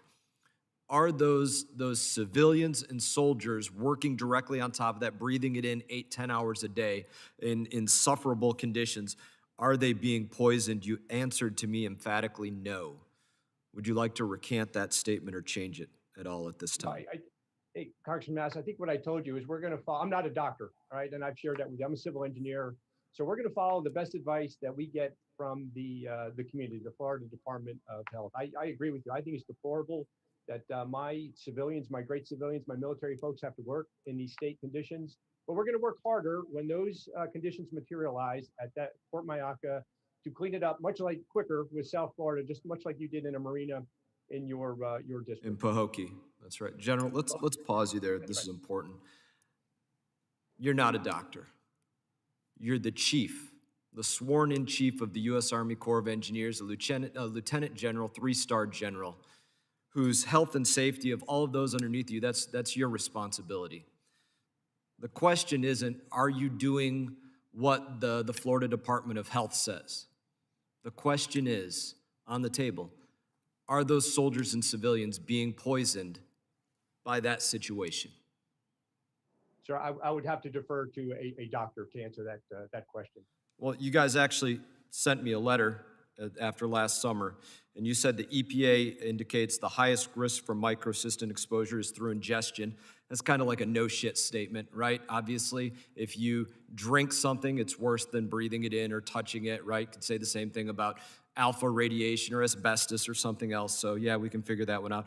It also said a direct lie. The EPA indicates the health risks associated with inhalation are very low. That's not what the EPA said. In fact, I got a letter from the EPA saying that what you sent to me wasn't true. They said you got to take that in the right context. And here's their quote. The statement above that the health risks associated with inhalation are low, yeah, that's only in the proper context, comparing it to ingestion. They're not saying that the health risks are low. They're just saying it's lower than ingesting it. Like, again, like we could say about asbestos or radiation or anything else. I want to ask you a question. You're going off the Florida Department of Health. That's what you said last summer. That's what you just said just now. Why is the Department of Health telling you to have your people wear a mask and gloves if they're not being poisoned? Sir, let me back up. First of all, I am not familiar with the letter that you received from the Environmental Protection Agency, and if your staff would like to share that with me, I would like to go back on the record and correct any Done. statements. You'll that I may get have it, made. done. Right. Again, I'm not a doctor. I'm sorry, sir. Can you repeat your other question? Why am my folks wearing masks? No, listen, if the Florida Department of Health said, listen, you're following their guidance, wear a mask and gloves. You said you're following Florida Department of Health. Why do you have to wear a mask and gloves if you're not being poisoned? Sure, I'm sure it has to do with precautions given the conditions that we're forced to work in your state. Precautions for what? Don't play stupid. That's the definition of bureaucratic BS that goes on in this place. Again, you're a 3-star general, chief of the Corps, and your task is to protect your men and women, among many other things. Be protected from what? From being poisoned. Say it. No, I'm not going to say that. Sir, I will look at the letters you've been given. I will confer with the doctors and the experts that you have in the state to protect our workforce. Protect them from what? Why do they need to wear a mask and gloves if they're not being poisoned? Sir, you've smelled the algae and you've read the reports. You've just quoted them yourself from the harmful effects that has to the people that have to live and work in these conditions. No, I didn't tell you the effects of it at all. Why don't you tell us the effects of it? Sure. You're the chief of the Corps. These are your people. Tell us the effects that it's having on your soldiers and civilians. Yes, sir. We work in these conditions, and as I mentioned to you last Friday, we're going to work harder to clean them up when these. And what is it doing to your people? What is it doing to your people? Answer that question. Sir, I'm not aware of soldiers in uniform, like you, like me previously. Mr. Mast, your time is up, Mr. Mast. Your time is up, sir. Please submit those questions in writing to the general, if you would. Ask to Ms. submit for the Bordeaux. record, Chairwoman. So ordered. Ms. Thank you. Bordeaux, followed by Mr. Westerman, Mr. Carvajal, Mr. Catco, Mr. Stanton. Ms. Bordeaux, you may proceed. Thank you, Chairwoman Napolitano and Ranking Member Rouser for holding today's hearing. My district is home to the Water Tower, a nonprofit organization committed to creating an ecosystem of water innovation, which brings together the public and private sectors of the water industry, as well as academic and nonprofits to tackle challenges that the water industry faces. The Water Tower focuses on applied research, technology, innovation, workforce development, and community engagement to ensure access to safe, affordable, and resilient water services. General Spellman, in your written testimony, you talk about the Corps' continued need to invest in research and development, and was hoping you could elaborate a bit on that. What are the current R&D investments that the Corps has made, and what are priorities for future investments in water technology?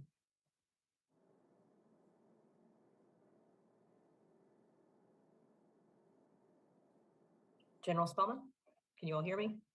Ma'am, sorry, I was on mute. Ma'am, when you look at the investment that the Corps is making in research and development, particularly in the Civil Works program, it is incredibly low. It's about 0.2 of 1% of our overall program. And if you compare that with DOD, that's investing 13%, or the Army investing 17%, Apple investing 4%. And the reason I am putting a priority on this is there are challenges, some of our nation's toughest challenges right now, where we don't have good construction solutions for. So it could be whether it's harmful algal blooms that we were just referring to, it could be drought, it could be wildfires or the effects of wildfires. I just think in order to get to good construction solutions, we need more investment in research and development. And I think we've been talking about some of them here. Forecast informed reservoir operations is a great example. I think we've got some great opportunities with harmful algal blooms in a variety of corners around the country. That's why I've made this an emphasis area, ma'am. Thank you, and I think that is wonderful. Do you currently, or do you anticipate partnering with nonprofit organizations and academic institutions as part of this R&D program? Yes, ma'am. So the budget that we do receive comes to us in specific line items for very specific tasks. And you're right, we work with international partners, we work with academia, and we work with industry on all of those R&D projects and programs that we do have. Okay. And I'm new here, so I'm learning how all this works. Do these partnerships need congressional authorization? How much do you need more flexibility in the types of projects that you all are looking at? Ma'am, we don't need any authorizations for partnerships. Those are natural, and we have all of that. One of the things that I would like to get to is some more flexibility in our research and development program where we can follow some early successes. Today, I don't have the ability to move from one topic to another to reinforce success, but I would like to at least have conversations with the committee and the administration on some ways that we can go about doing that. Thank you. A question for Mr. Connor. In October of 2021, the Army Corps released its climate action plan as a part of the Biden administration's ongoing effort to tackle the climate crisis.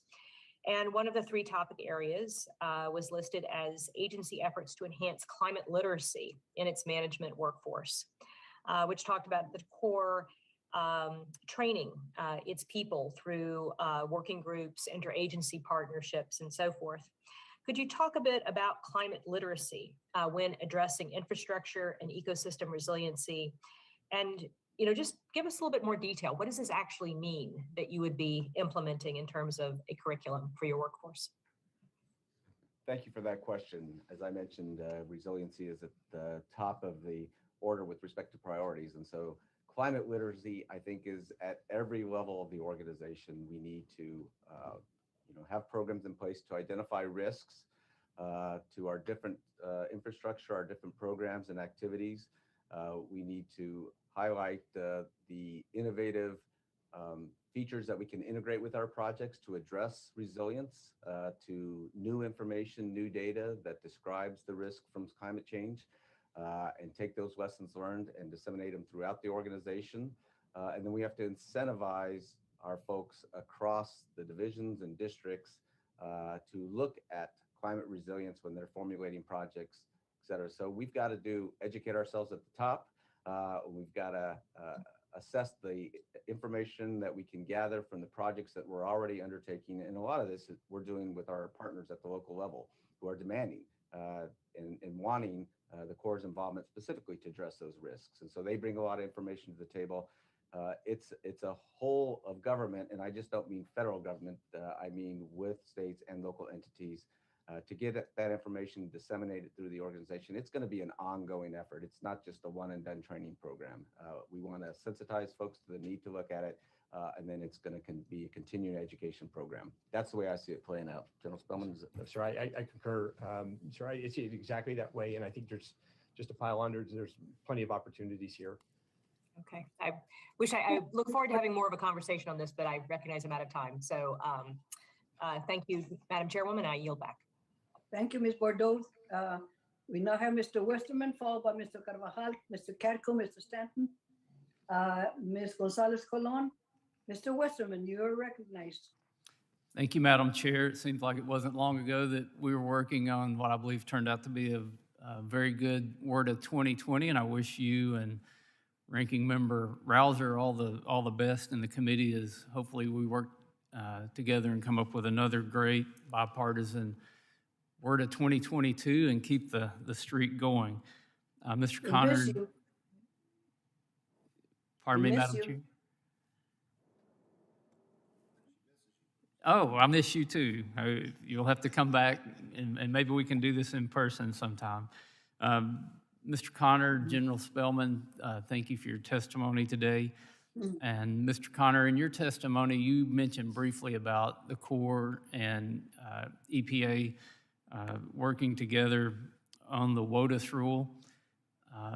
And I know there was a notice put in the Federal Register back in November, and it only gave 60 days of comment time, and we've got all the holidays sandwiched in with that. I think as of Monday, there were only about 14 comments.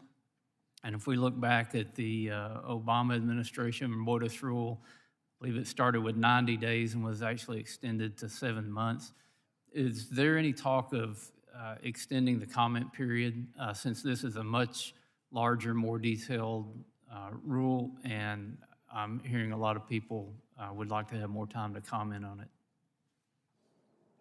There has been some discussion, so it will be taking under consideration the request for additional time. I would note, just continuing the discussion I had earlier, it's a two-step process. Step one is going back to pre-2015 definition of waters of the U.S. And so this step is fairly familiar to folks as far as what the goal is in defining waters of the U.S. and what the activity is here. Obviously, I'll go back and check the statistic. I think I heard a little bit different with respect to the number of comments, but yeah, you may indeed be right. So I'm interested in informing myself. And then the second round is the much deeper dive into a potential, new rule, new from the standpoint of being promulgated from the ground up. So I hear you with I assuming your question is actually a request also for us to give strong consideration. So I appreciate that and we'll take it under consideration. Thank you. And it almost looks like the EPA may be driving the time frame more than the Corps on this one.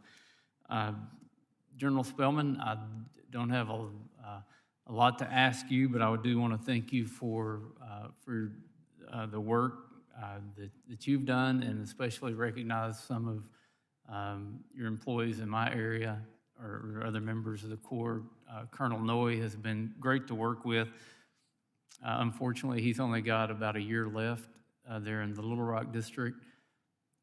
And this is an issue that we talk about it a lot, but what establishes this 3-year term for colonels in the district commands? And has anybody ever looked at taking that out and allowing longer times or even shorter times if needed? Sir, yes, sir. We have allowed for shorter times for our colonels because in many cases we need them to get them out to other assignments so that they can be joint qualified and, of course, competitive for service in more senior positions. So we haven't looked at extending beyond 3 years. We have a great pipeline of talented officers coming up through the ranks, and this is all part of their professional development. We keep our lieutenant colonels in for 2.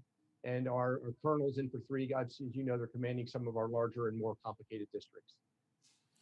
Thank you. I think that's something that needs to be looked at.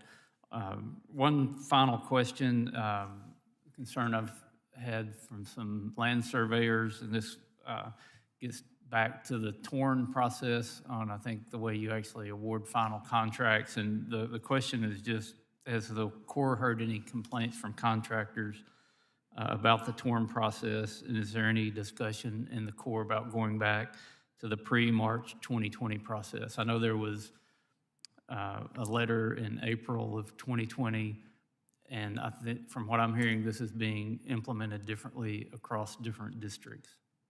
So I will take back the consistency that you mentioned. We are operating differently. We've worked extensively with industry on this particular matter. But if there are recommendations from other vendors out there, we would like to hear them. Thank you, and Madam Chair, I yield back. Thank you, Mr. Western. It's very kind of you. We have Mr. Carvajal next, followed by Mr. Carco, Mr. Stanton, Ms. Gonzalez Colon, Ms. Norton. Mr. Carvajal, you may proceed. Thank you, Chairwoman Napolitano. Thank you, Assistant Secretary Connor and Lieutenant General Spellman for being here today and testifying. I represent the Central Coast of California, where we have already experienced the effects of climate change, including intense drought, increased flooding, and severe wildfires that have led to a deadly debris flow in my district. We currently have ongoing core projects that can help reduce these risks, better protect the environment, and of course, increase economic opportunity. Secretary Connor, the Lower Mission Creek Flood Control Project in my district began as a partnership between the County of Santa Barbara and the Corps in the late 60s. The county has spent millions of their own dollars, local taxpayer self-assessments, to complete a portion of this project. But they have been unable to receive the federal funds needed to complete this project due to a low benefit cost ratio. Federal funds have already been authorized to this project to complete a new general reevaluation report. Would the administration be supportive of transferring these funds to update the design cost, estimate, and economics of this project? Let me provide a kind of initial response, particularly given the reference to the benefit cost aspect of this. I'm not familiar with the specifics of the project. I do know that the level of risk that you're experiencing in California from all the factors that you indicated are incredibly important, and we need to figure out a way to address that from communities, from the most affluent to the least affluent.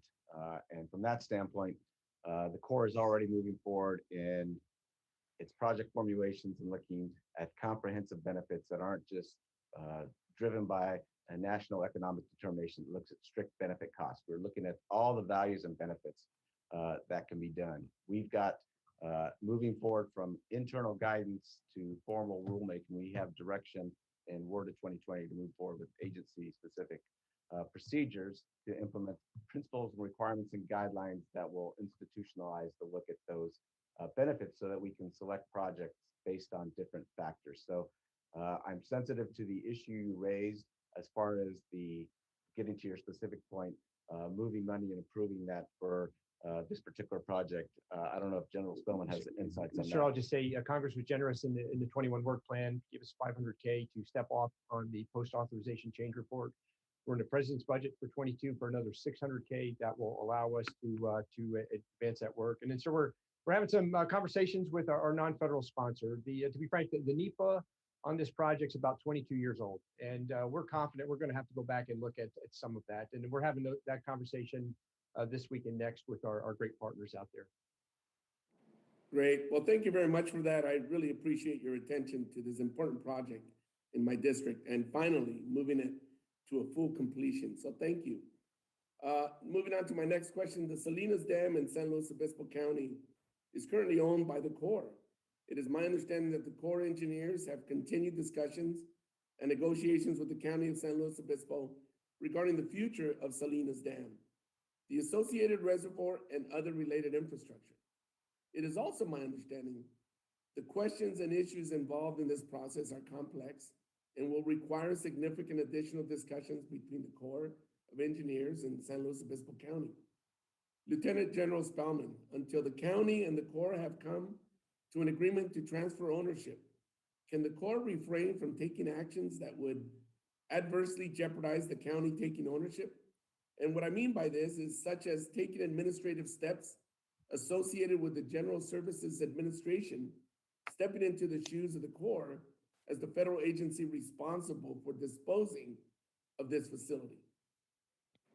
Sir, this is General Spellman. So I will go back and examine my authorities to do a direct transfer to the county from the Corps outside of the process that's outlined in law, where I have to work through the General Services Administration. Let me do some homework on that. My only goal here is I want to transfer a project with eyes wide open. I mean, the Army put this project up in 6 months, as you mentioned, back in 1942. It came to us a few years later. I just want to make sure we're clear with the county on any seismic concerns, any structural concerns, or dam safety concerns, and we hand off in a complete transparent manner. But sir, I'll do more homework and we'll follow up with your team.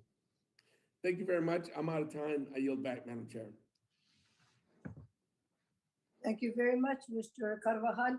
Mr. Katko, you are recognized.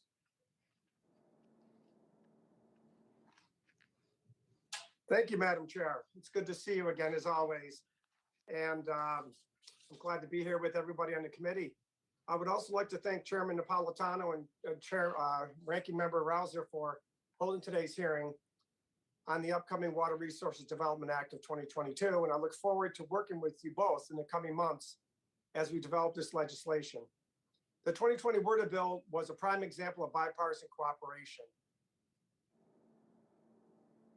And I hope that that will be the case this year as well. This legislation is especially important for the community that I represent in Central New York, where we understand the importance of reliable investments in water infrastructure all too well. Specifically, our coastal communities on Lake Ontario have faced a number of challenges, with sustained high water levels, historic flooding, and deferred maintenance resulting in significant damage to our aging harbor and shoreline water infrastructure. Unfortunately, despite the diligent work and sincere partnership of our local representatives from the Army Corps of Engineers, Buffalo District, the significant backlog of maintenance in my district has been underfunded in the Corps' work plan in recent years. For communities in Oswego, Fairhaven, and Sodus Bay, the timely completion of Army Corps projects can have a major impact on the local community and economy.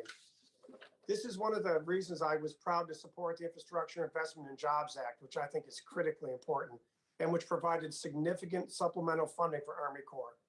I look forward to working with my colleagues on this committee to ensure those resources are effectively mobilized to our communities in the months ahead. For Mr. Connor, I got a quick question, actually, for Mr. Connor. Where did 2020 include a language to advance the Great Lakes Coastal Resiliency Study? This project is not only essential to my district, but to thousands of communities along all of the Great Lakes. I also appreciate that this project was identified in the president's budget, and I was proud to join my colleagues in supporting this budget request through the appropriations process. Looking to WRDA 2022, the question I have is, are there any additional federal authorities that the Corps of Engineers would like to see in order to help advance the Great Lakes Coastal Resiliency Study? The short answer is I'm not aware of any new authorities that we need right now with respect to the coastal resilience study. But I would just say that I think I absolutely agree with you. That is an incredibly important study given the dynamics going on with respect to the Great Lakes, necessary across the entire region. In my first trip inland waterways, I did take some time to spend with our Chicago district and get briefed on the scope of the Great Lakes Coastal Resilience Study. We will keep in touch with you with respect to anything the study yields with respect to needs moving forward, but it's a high priority to move forward and get that study up and going with all the non-federal partners. Now, thank you. And as you well know, anybody who knows anything about the Great Lakes knows that the high water levels in Superior and Huron and all those others end up finding a way towards Lake Ontario. They kind of all funnel their way there. So the water levels, you know, are at record highs along those waterways. We can just anticipate them coming our way as well. So working with the International Joint Commission is really important as well. But we have a pressing issue that Lieutenant General Spellman I'd like to talk to you about, and that's in Fairhaven. And I've spoken to you and others about this in the past about the lack of prioritization for recreational areas as far as Corps of Engineer projects. And you know, in Fairhaven, we have a major problem with one of the walls and that's collapsing. And yeah, they did something to try and stem the problem a little bit. The Corps did a couple of years ago, but they also realized they need to rebuild that wall and fix it the right way. And from what I've heard, the locals are saying it's collapsed. I don't know if it has or not, but it sounds like it's really in bad shape.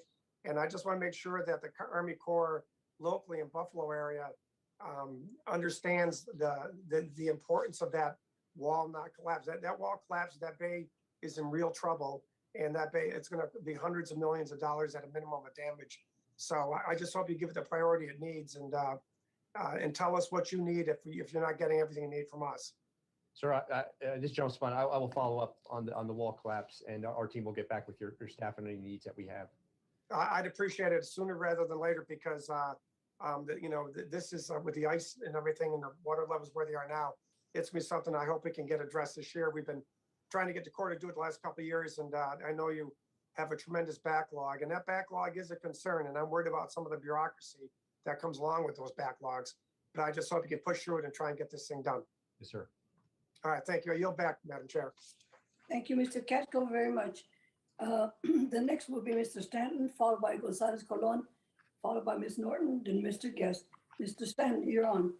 Thank you very much, Madam Chair. Thank you for holding this important hearing, and to Assistant Secretary Connor and General Spellman. It's good to see both of you again. General Spellman, you were last before this committee in June, and at that time I submitted a series of questions on the Rio de Flag project in Flagstaff, Arizona. Unfortunately, nearly 7 months later, we have not yet received a response on this, on our questions. This is an incredibly important flood control project in my state. So obviously there's frustration with the lack of response to our query. I expect the Corps to respond to me and all the other members of this committee in a timely manner. I just want to stop right here and give you an opportunity to respond. Sir, I will go track down your letter as soon as we adjourn here, and we will get your response as soon as possible. I apologize. I appreciate that greatly. It is important that when members of Congress do provide queries, particularly after hearings, that we get immediate or timely responses. Assistant Secretary Connor, I did appreciate our conversation last month, and one important issue that we discussed was the importance of federal investment in environmental infrastructure to help small, rural, and tribal communities address their aging water and wastewater systems. My top priority is to ensure that the authority I secured for Arizona in the 2020 WRDA receives federal investment it needs so that communities can tackle their water infrastructure challenges. I appreciate the Corps allocating funds in fiscal year 21 work plan to advance the first project under the authority, a very important waterline project for the Pasquayaqui tribe.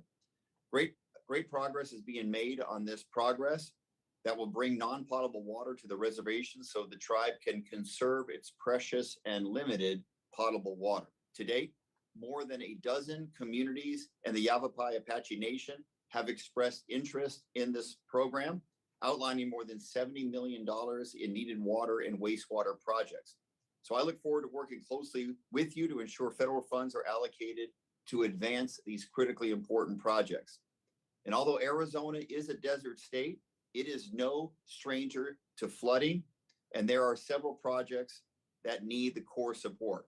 The Tres Rios ecosystem restoration to help ensure the Salt and Gila River corridors, feasibility studies for the Cave Buttes Dam and Agua Fria Wash to address dam safety and strengthen flood protection for more than 1 million residents in Maricopa County, and the Little Colorado at Winslow flood control project, where nearly a quarter of residents live in poverty, and critical services, including the hospital, assisted living center, emergency services, and schools, are directly in the 100-year floodplain.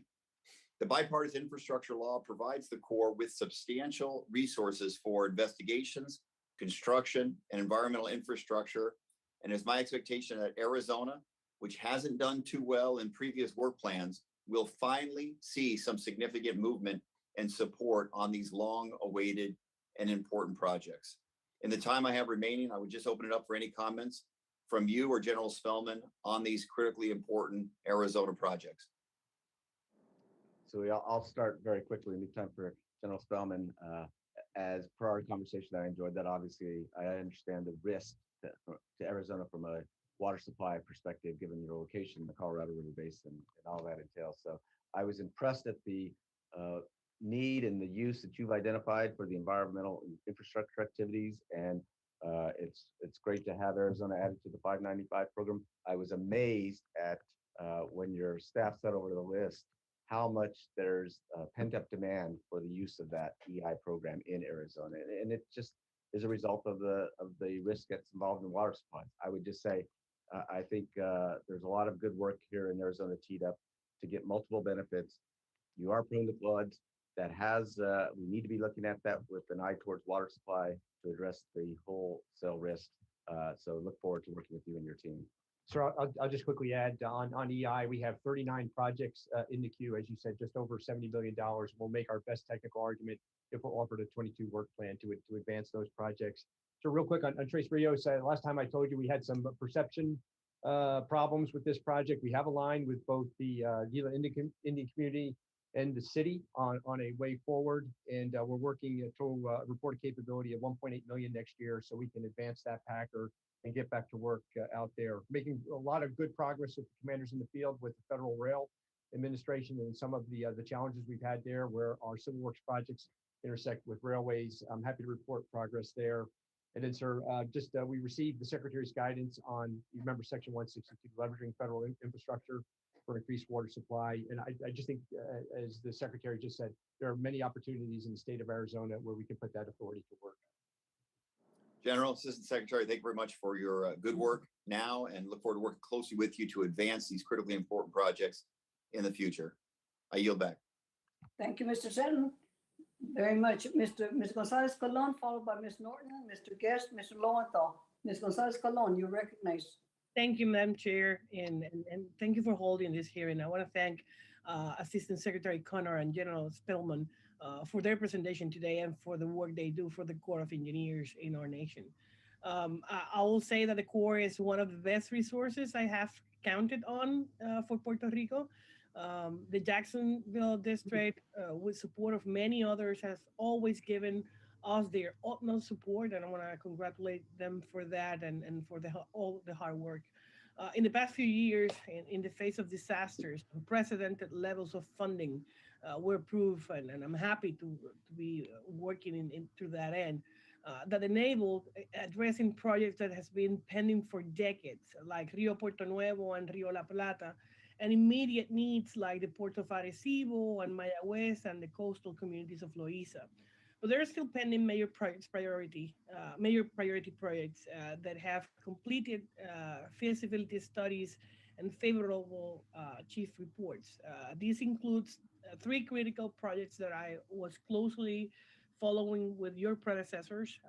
First is the ecosystem restoration of Caño Martin Peña, which is not just a matter of ecological balance, but of security of infrastructure and justice for communities. The second one is the San Juan Harbor navigation channels that is strategically essential for keeping the major port for supplies of food, fuel, and industrial supplies in Puerto Rico, and the Guayanilla Flood Protection Project that will enable the protection of an entire town that has been impacted severely by multiple natural disasters.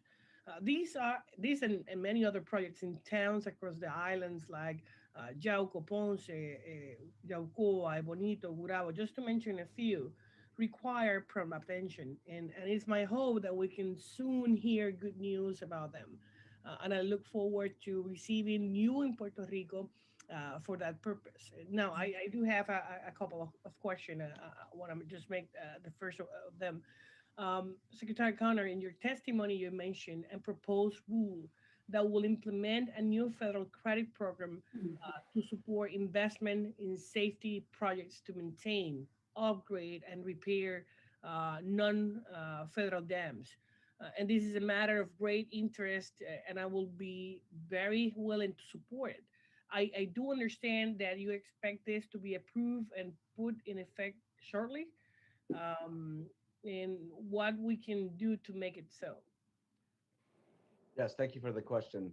In regards to the WIFIA program, Water Innovation Finance and Infrastructure Act authority that we have, and it's been proposed. We're authorized for a broader set of activities, but the 2021 appropriations bill specifically, NIJ, I believe, gives resources to move forward with the dam safety aspect for non-federal dams. So we need to move forward with a rulemaking. We are working within the administration through the interagency process to come out with a proposed rulemaking here in the near future. And so that'll start a public process. We'll take input and we'll move forward and hopefully be able to finalize that sometime midway or late fall this year with respect to getting that program in place and making use of those resources. And I'll just say, I think it's an incredible part of a resilient strategy that we work with non-federal partners. The vast majority of dams throughout the country are non-federal dams. This is an important tool as part of an overall resiliency agenda.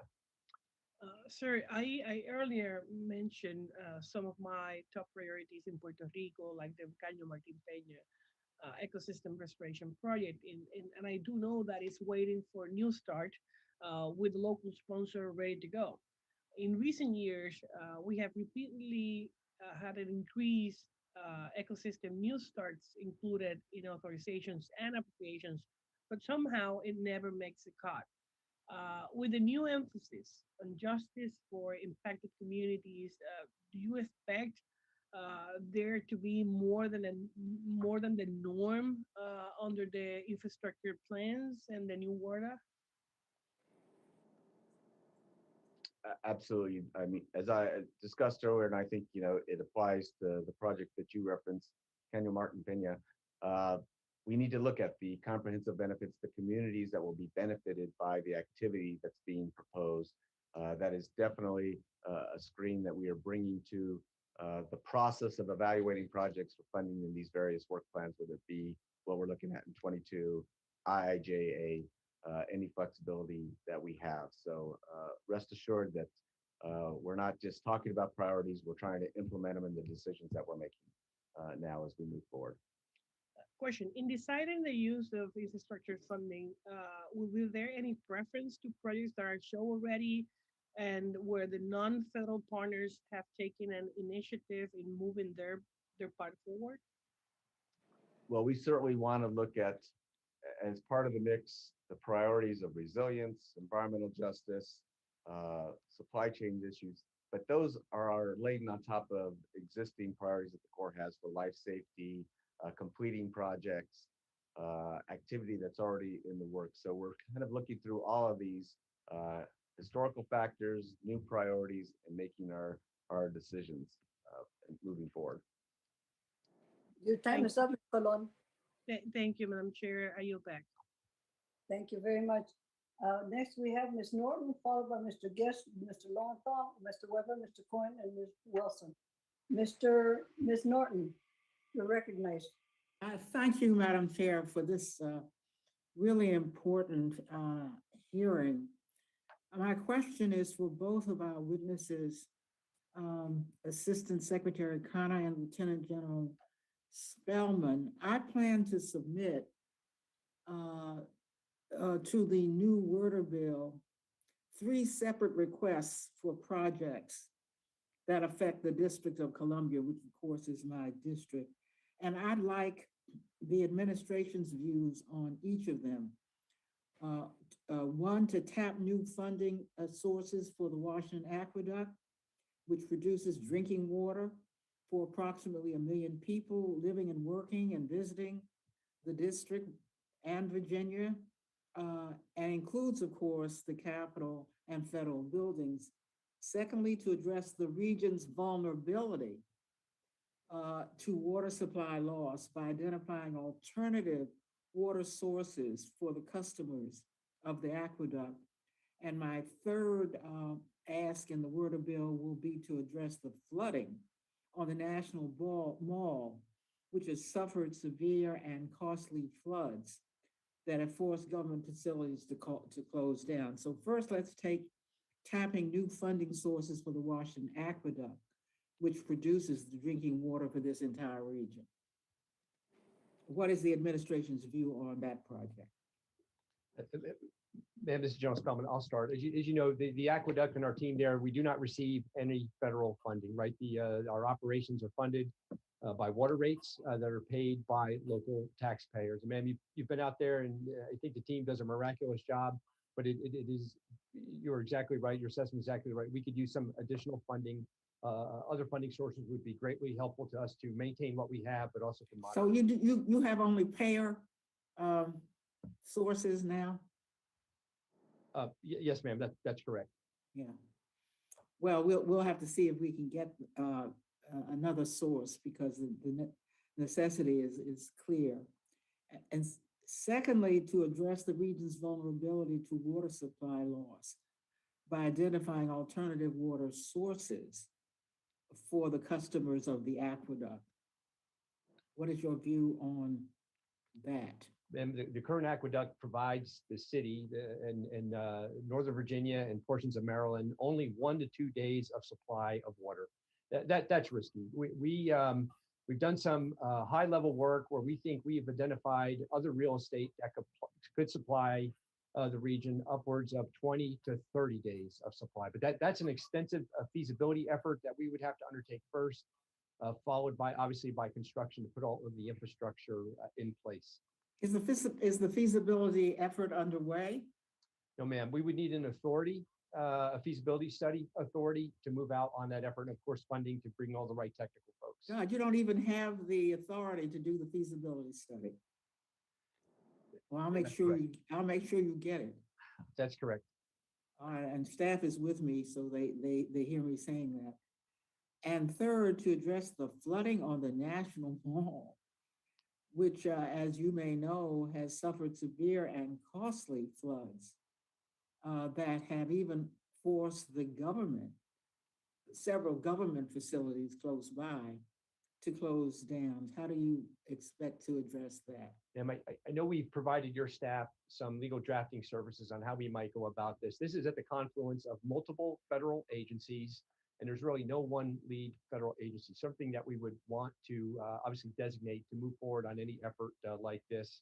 Our Baltimore district is using some authorities that we have under our floodplain management services to look at previous events that may help inform some mitigation in the interim before we get the authority and actual guidance to move forward. This one's a bit complicated, but it can be done.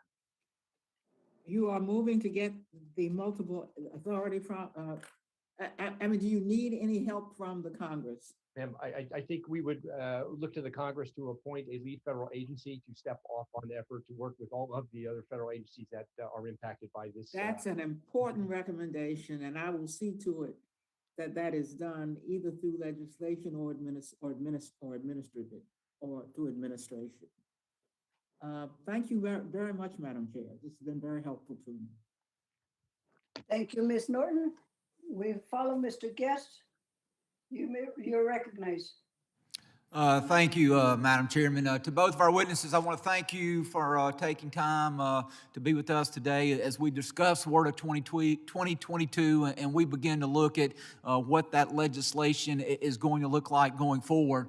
I want to talk and direct this question to you, General Spellman. In your written testimony, you make a statement to which I strongly agree. On page 4, you state that in order, that I feel strongly that in order to achieve our vision, we will need to continue to invest in our research and development program. We are working to further our R&D initiatives and strengthen our partnership with academic institutions to benefit from the enormous capacity of our nation's scientists. So we will know how best to meet the challenges of the 21st century. Investment in research and development helps us find solutions for today's and tomorrow's challenges. And so as we talk about research and development, I want to talk about the Army Corps of Engineers Research and Development Centers, ERDC. We know that that is an important part of the research and development that occurs there at the Army Corps of Engineers. There are actually 4 ERDC centers that are spread across the country, one in Alexandria, Virginia, one in Hanover, New Hampshire, one in Champaign, Illinois, and one in my home state of Vicksburg, Mississippi. And I've had a chance to visit the facility there in Vicksburg and see firsthand some of the amazing things that they are doing. And so, General, I would ask first if you can kind of give the rest of the committee a brief overview of ERDC and their mission and talk about the important role that ERDC plays in the Army Corps of Engineers. Yes, sir. I would say ERDC, an incredibly group of talented folks that we have that enable us across all of our mission areas, not only civil works, but the work we do in the military construction, the work that we're doing for the combatant commanders out in the field, in deployed locations as well. Sort of the comment in my testimony was really geared towards the civil works program, and in that we are investing, I believe it's 0.2 of 1% in research and development. And I've shared with others that there are many challenges across the country today where we don't have a construction solution for. And I use examples like drought and harmful algal blooms and others where a small investment, I believe, in research and development on some of these really thorny issues will help us immensely inform the way ahead in the future. In general, I want to talk a little bit about funding, particularly of civil works. We know that the civil works does not have an individual research, development, and test evaluation account, an RDT&E account, but instead relies on funding through various civil works account to sustain its research. And so my question is that Congress, as we are continuing to emphasize improving and repairing our aging infrastructure, as we look to the new challenges, some of the challenges that you've referred to, what are some of the advantages of consolidating research funding into a dedicated RD&E account? Sure, I think it would give our senior research scientists flexibility to pursue success. So today, for example, if we have a success in a harmful algal bloom demonstration, say down in Florida, we can follow that success until that line item runs out, right? If I had a more centralized account, it would enable the team to pursue that even further without having to wait for another budget cycle. And so if you had a dedicated account, could we create that consistency of funding? Is that what you're saying, General? Yeah, yes, sir. And of course, it would have to come with some ground rules on my ability to reprogram, but certainly under the oversight of the secretary and the administration. But I just think having that tool would help us move faster on some of these really thorny issues that the nation is wrestling with. And General, as it relates to increased transparency, if this funding again was in a dedicated RD&T account, what effect would that have on transparency? Sir, I would be open to any reporting requirement to the secretary, to Congress. We would obviously, our books would be wide open, but I would be completely transparent in our management of this particular account were to come through to fruition. And General, wouldn't you agree that if all this money were to flow through a single account, that it would make tracking the spending of these dollars much easier than now, where this money is flowing through various civil works accounts? Yes, sir, that's correct. Well, General, thank you, and I'm out of time, so at this time, I will yield back to the chair. Thank you, Mr. Guest, very much. Mr. Lowenthal, followed by Mr. Weber, Mr. Cohen, Ms. Wilson. Mr. Lowenthal, you're recognized. Thank you, Madam Chair, and thank you, General Spellman and Secretary Connor, for this very, very important hearing this morning. Yesterday, I had the good fortune of spending the day at the ports of LA and Long Beach with Secretary of Transportation Buttigieg, Secretary Pete, and state officials, federal officials, local elected officials, labor, trucking, interests, rail, everyone who's involved in the supply chain and the congestion at the ports. And what's happened the last couple of months is the entire nation has watched every night on the news the concerns about congestion at the ports of Long Beach and Los Angeles and other ports also, and how whether they were going to be able to get goods for the holiday season on them, and to be able to have access to goods this year. So we all met with the secretary to kind of access where we are and how the ports can act more efficiently and what they can do. And it was a very productive meeting because in many ways, although we have huge congestion problems, we dodged a bullet this year. Everybody working together, federal resources, state, labor coming together, expanding hours of operation. The ports were able to operate in a more efficient way, which is very positive, but there's much more to go. And we were all thankful, but the question is, how are we going to ensure that the ports work in an efficient way? And the Army Corps of Engineers has a critical role in this. General Spellman, my first question is, as you know, in October of this year, you signed a critical report which recommended significant navigation improvements at the Port of Long Beach, which is the port that I represent.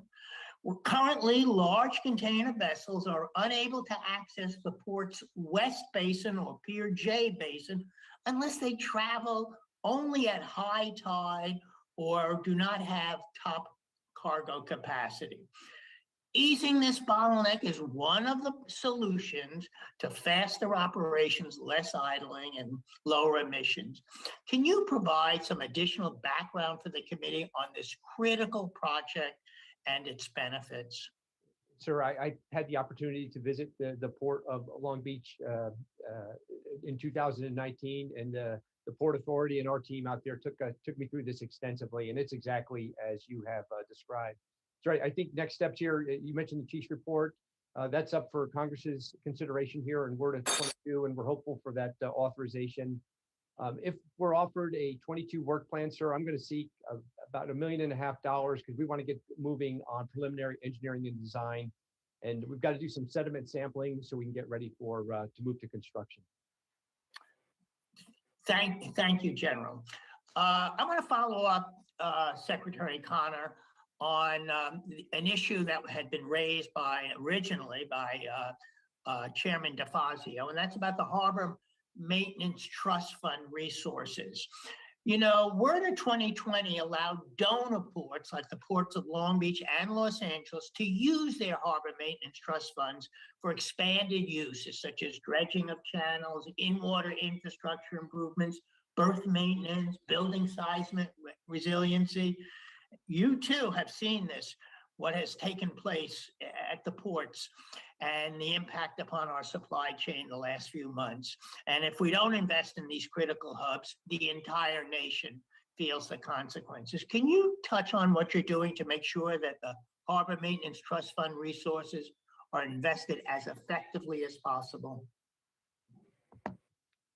I'm going to have to get General Spellman's help on this somewhat, but as I mentioned in my response to the chairman, obviously this new approach with respect to incentivizing the use and taking it off budget, a certain portion of the trust fund is a critical element. So our job is to be ready to expend those funds. What I've learned in my tenure here so far, $17.1 billion, there's a lot of need out there, more need than even those resources. And I'm talking about the IIJ resources. So the trust fund is an absolute critical part. I have no doubt that we can make use of those funds. It's an important part of the tools that we have as far as the details for making sure we're implementing as quickly as possible.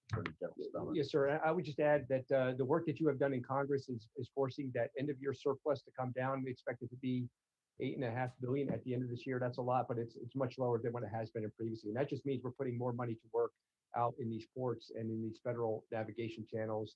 As I mentioned, industry is ready to go with new vessels coming online, and certainly the fleet that we have out there, even our own core fleet. They're excited to get after this work and for the opportunities that you've given us here. Just as I have to yield back as my time is up, I just want to remind you that I am also talking about the fact that the changes in the Harbor Maintenance Trust Fund was also, besides increasing revenues in the fund that Army Corps can access, it also really looked at the different relationship between donor ports and all the receiving ports. And my ports are donor ports. We like being donor ports, but we wanted additional flexibility, and that's really what I was asking for. Thank you, and I yield back.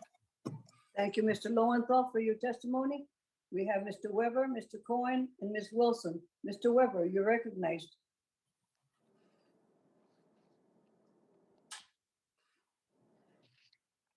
Mr. Weber?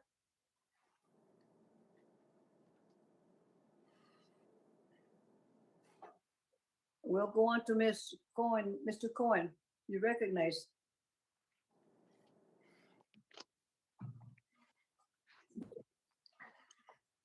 You got to unmute, sir. Unmute. All right, we've gotten to unmute, so we're doing pretty good. Thank you. How are you? Fine, thank you.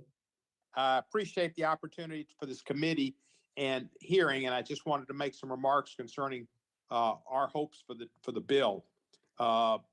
Firstly, in Shelby County in Memphis, the Wolf River is an important river downtown. In years past, it's been predominantly industrial. It's our hope that it will become and has become more residential and more, not residential, but more recreational.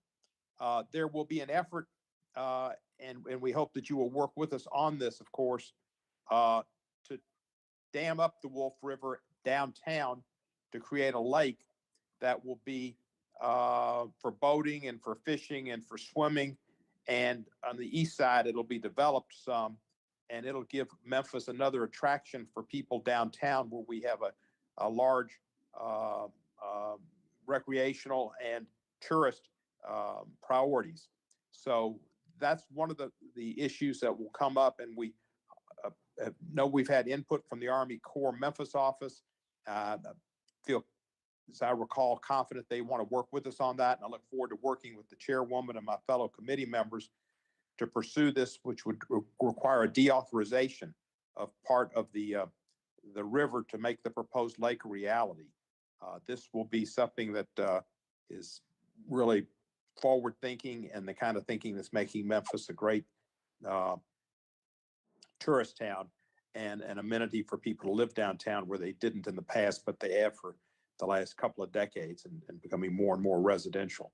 So that's one thing I wanted to raise was this Wolf River situation. Now I'd like to ask Lieutenant General Scott Spellman a question, if you don't mind. The last WRDA cycle was a productive one for inland waterways in many ways.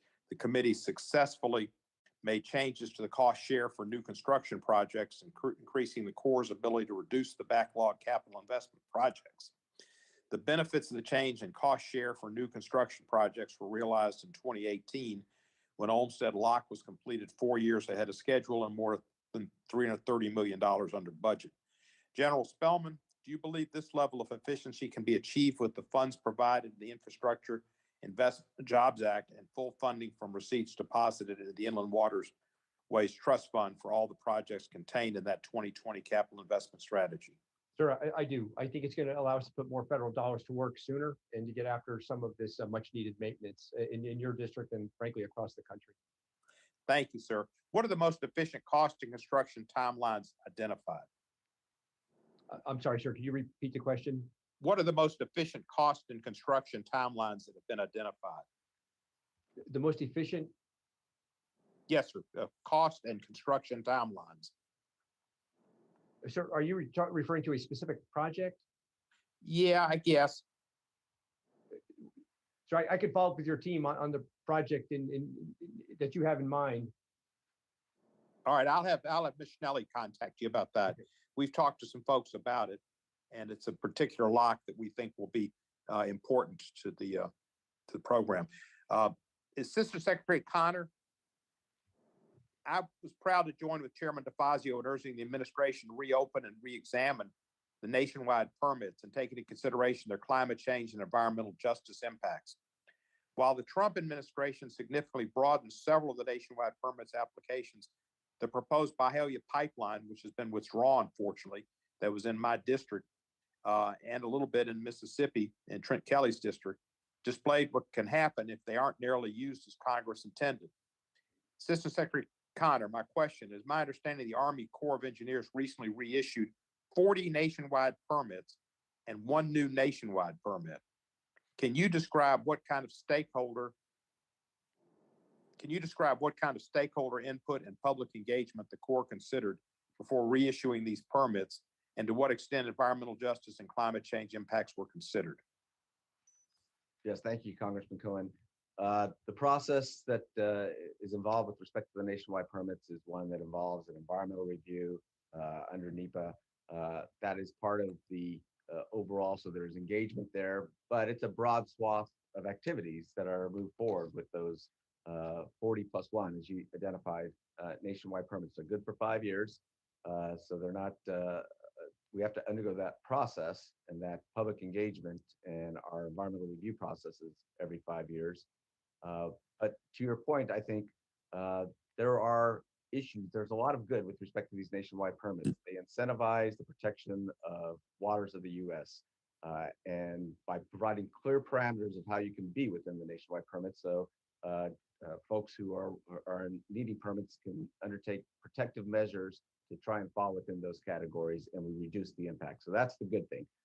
Having said that, there are concerns about the situation you particularly mentioned, Byhalia, of how do we engage the public on activities within those nationwide permits. We're going to take a look at that, even as I tout nationwide permits because of the certainty that they provide and the protections that they provide.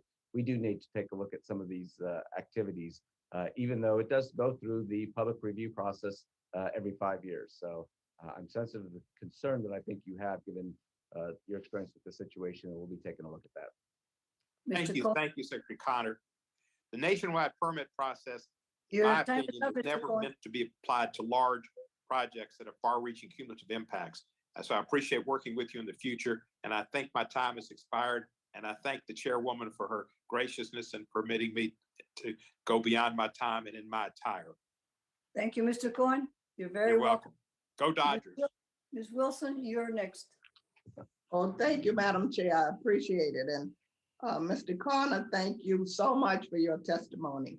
As the administration prepares to release its funding priorities for the infrastructure bill later this week, I'm hopeful for robust Everglades restoration funding given its alignment with the administration's goals. This is a turnkey program that is historically and still is today a strong bipartisan issue among the Florida delegation, and I'm chair of the Florida Ports Caucus.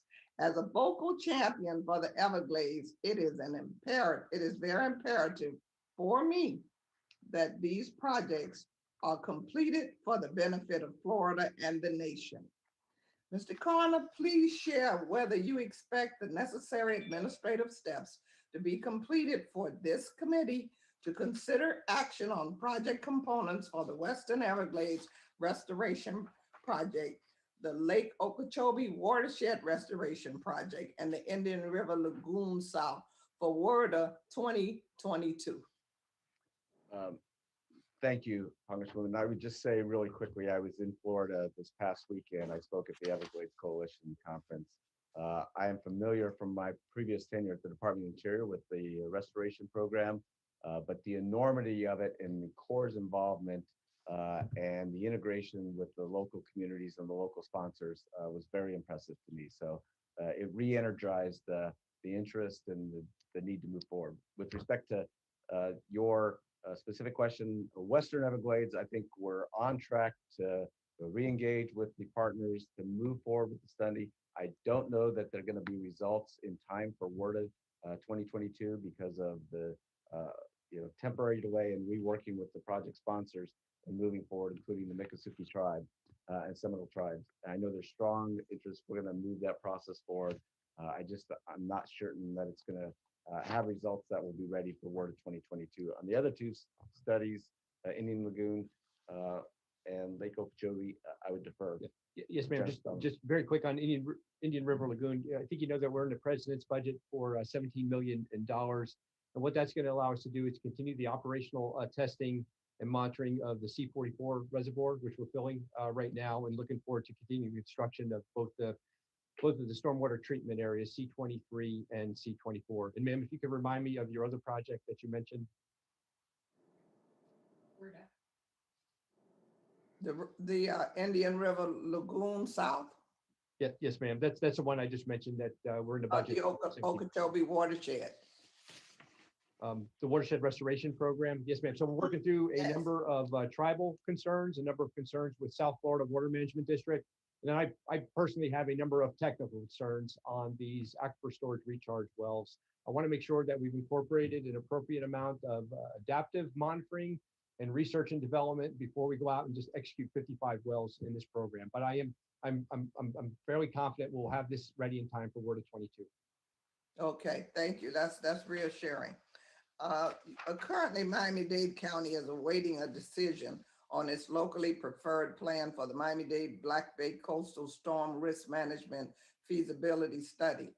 As you are aware, this study began in October 2018 in response to Hurricane Irma to identify ways to reduce damage from future storms. Approval of the waivers will allow the development of a locally preferred plan to ensure that local concerns on the environment, economy, and distressed neighborhoods are included in any final plan. What is the status of this decision and anticipated timing? Also, please share any information you have on the agent's position on the county's request. Yes, ma'am. This is General Spellman. I'll start. So our non-federal sponsor came back to us, to be frank, and was looking for much more investment in natural and nature-based features in this plan. And we are completely supportive of that effort. And the non-federal sponsor is going back now and going to come back to us with the technical piece of that. And we look forward to seeing the results of that good work. I think natural nature-based features can be an important part of the eventual solution here for Miami. However, I don't think we are going to see the level of protection that we would like to give the city, given climate change, given sea level rise, and the severity of storms that you experience down in South Florida. I believe In addition to natural nature-based features, there's going to be a concrete, steel, and compacted dirt component to this project as well to provide adequate protection. Okay, thank you. This is for both Mr. Connor and Mr. Spellman. I'm just north of Miami is Port Everglades, and the port has worked Your with time the is Corps up. of Engineering and Ms. Wilson? Your Yeah. time is up. If you would submit those questions to the gentleman, please. Thank you, Madam Chair. I will submit this question about Port Everglades, and I hope to get your commitment to increase this project's authorization in the upcoming WRDA project. Thank you very much, Ms. Thank Wilson. you. I yield Mr. back. Weber, you're recognized. Thank you, Madam Chair. I appreciate that. And I'm glad to be here. And I want to say congratulations to Secretary Connor and General Spellman. We're glad to see you again. Thank you both for being here. I actually have a kind of a comment to start with. A note of thanks to both of y'all for mentioning in the Chief's report for the coastal protection and restoration along the Texas Gulf Coast. Y'all may or may not know, my district is the 4 coastal counties now that we have Orange County coming up, and with redistricting Orange County, Jefferson County, Galveston County, the southern half of Missouri County. And so for us, the coastal spine, the Ike Dike, if you're going to call it that, coastal barrier protection is extremely important. And I would also argue extremely important to the energy industry, because if we get a major hurricane direct hit up the Houston Ship Channel, and not just the Houston Ship Channel, anywhere along the area, we would severely hamper Texas's energy output and therefore the nation's. And it could even be a very big, large environmental disaster should we rupture an oil tank and dump that into the bay. So thank you for that. Gentlemen, y'all might be aware of a high priority for me in the 14th District of Texas, which is long overdue completion of the Galveston Harbor Channel. For arcane unknown reasons, whatever, too lengthy to explain here, this project has been referred to as, quote, an extension, end quote, which I think is an unfortunate misnomer, because we're actually talking about quite literally the last 1/2 mile, 2,600 feet, if you will, of needing to deepen the channel to accommodate that part of the channel where economic activity is actually taking place. Dredgers are there now. If we could get the thing funded, we could save probably half the cost of the project. So I'm cautiously optimistic that the OMB, the administration, will see that as an easy win, if you will, for all parties by simply funding this completion at an extremely low dollar rate, relatively speaking. And let me just add that moving ships out of the Houston Ship Channel, which comes up through Galveston Bay, our district, moving them over quicker into the Galveston Ship Channel helps produce a lot better traffic flow in the Houston Ship Channel. So, question for the two of you. Have y'all communicated to the OMB the time sensitivity and the environmental mitigation that would occur from releasing funds now immediately, so that this project, the last 1/2 mile of Galveston Channel, can be completed for half of the cost while the working dredges are there, rather than considering this a new project start or routine maintenance? If we get it done now, lots of money to be saved, lots of benefits. Gentlemen, your thoughts. I'll go to you first, Mr. Secretary. Are you aware of it? I'm aware of the project in general. I haven't had any specific communications, but there has been a lot of communications back and forth as we look at these work plans that are coming up between the examiners, staff, et cetera. So I appreciate you raising it. I haven't had specific. How about you, General Spellman? Sir, what I do know is that we are 95% complete with the design for this final 1/2 mile. I'll be honest, I don't know the history of why this final 1/2 mile was separate from the original authorization. My team thinks we need a new start, but let me go back and do some homework on that to confirm. Do that, please. I think you'll find that you can't. There's so much bang for the buck. We have a very bipartisan letter coming to y'all. If you hadn't already seen it, Henry Cuellar and there's some others from the Texas group that have signed on. So I'll get that to you. Let me change gears. I got a minute left. Y'all should be in receipt of a bipartisan joint delegation letter that I led with my Texas colleagues regarding the Brazos and the Colorado Lock replacement project on the Gulf Intracoastal Waterway. which is important to me, my district, and of course, the state of Texas. The existing structure creates navigational challenges that impact the safety of our mariners on the waterways. And in fact, these are the most hit locks on the inland waterways transportation system. Let that sink in. Barges, tugs, whatever, these locks get hit frequently. And so to move that product up along, and we all hear about problems with supply chains and everything that's going on with the economy right now, this is a time when we can ill afford something like that. I think this project should be able to be, should compete for the $2.5 billion that have already been made available in the infrastructure bill. And furthermore, the 2020 capital investment strategy recognizes the fact that this project is ready for a new start pending congressional authorization, which it received in Word of 2020. So question, General, how will the Corps update the second plan, the spin plan rather, to incorporate projects that have recently received an authorization, including this one? Yes, sir. So I've been to this lock, sir, and I've seen some of the abrasions and the contacts there on the structure. And you're exactly right. This is a great project to move forward, and we certainly want to continue to make our best technical recommendation to the administration to fund this work.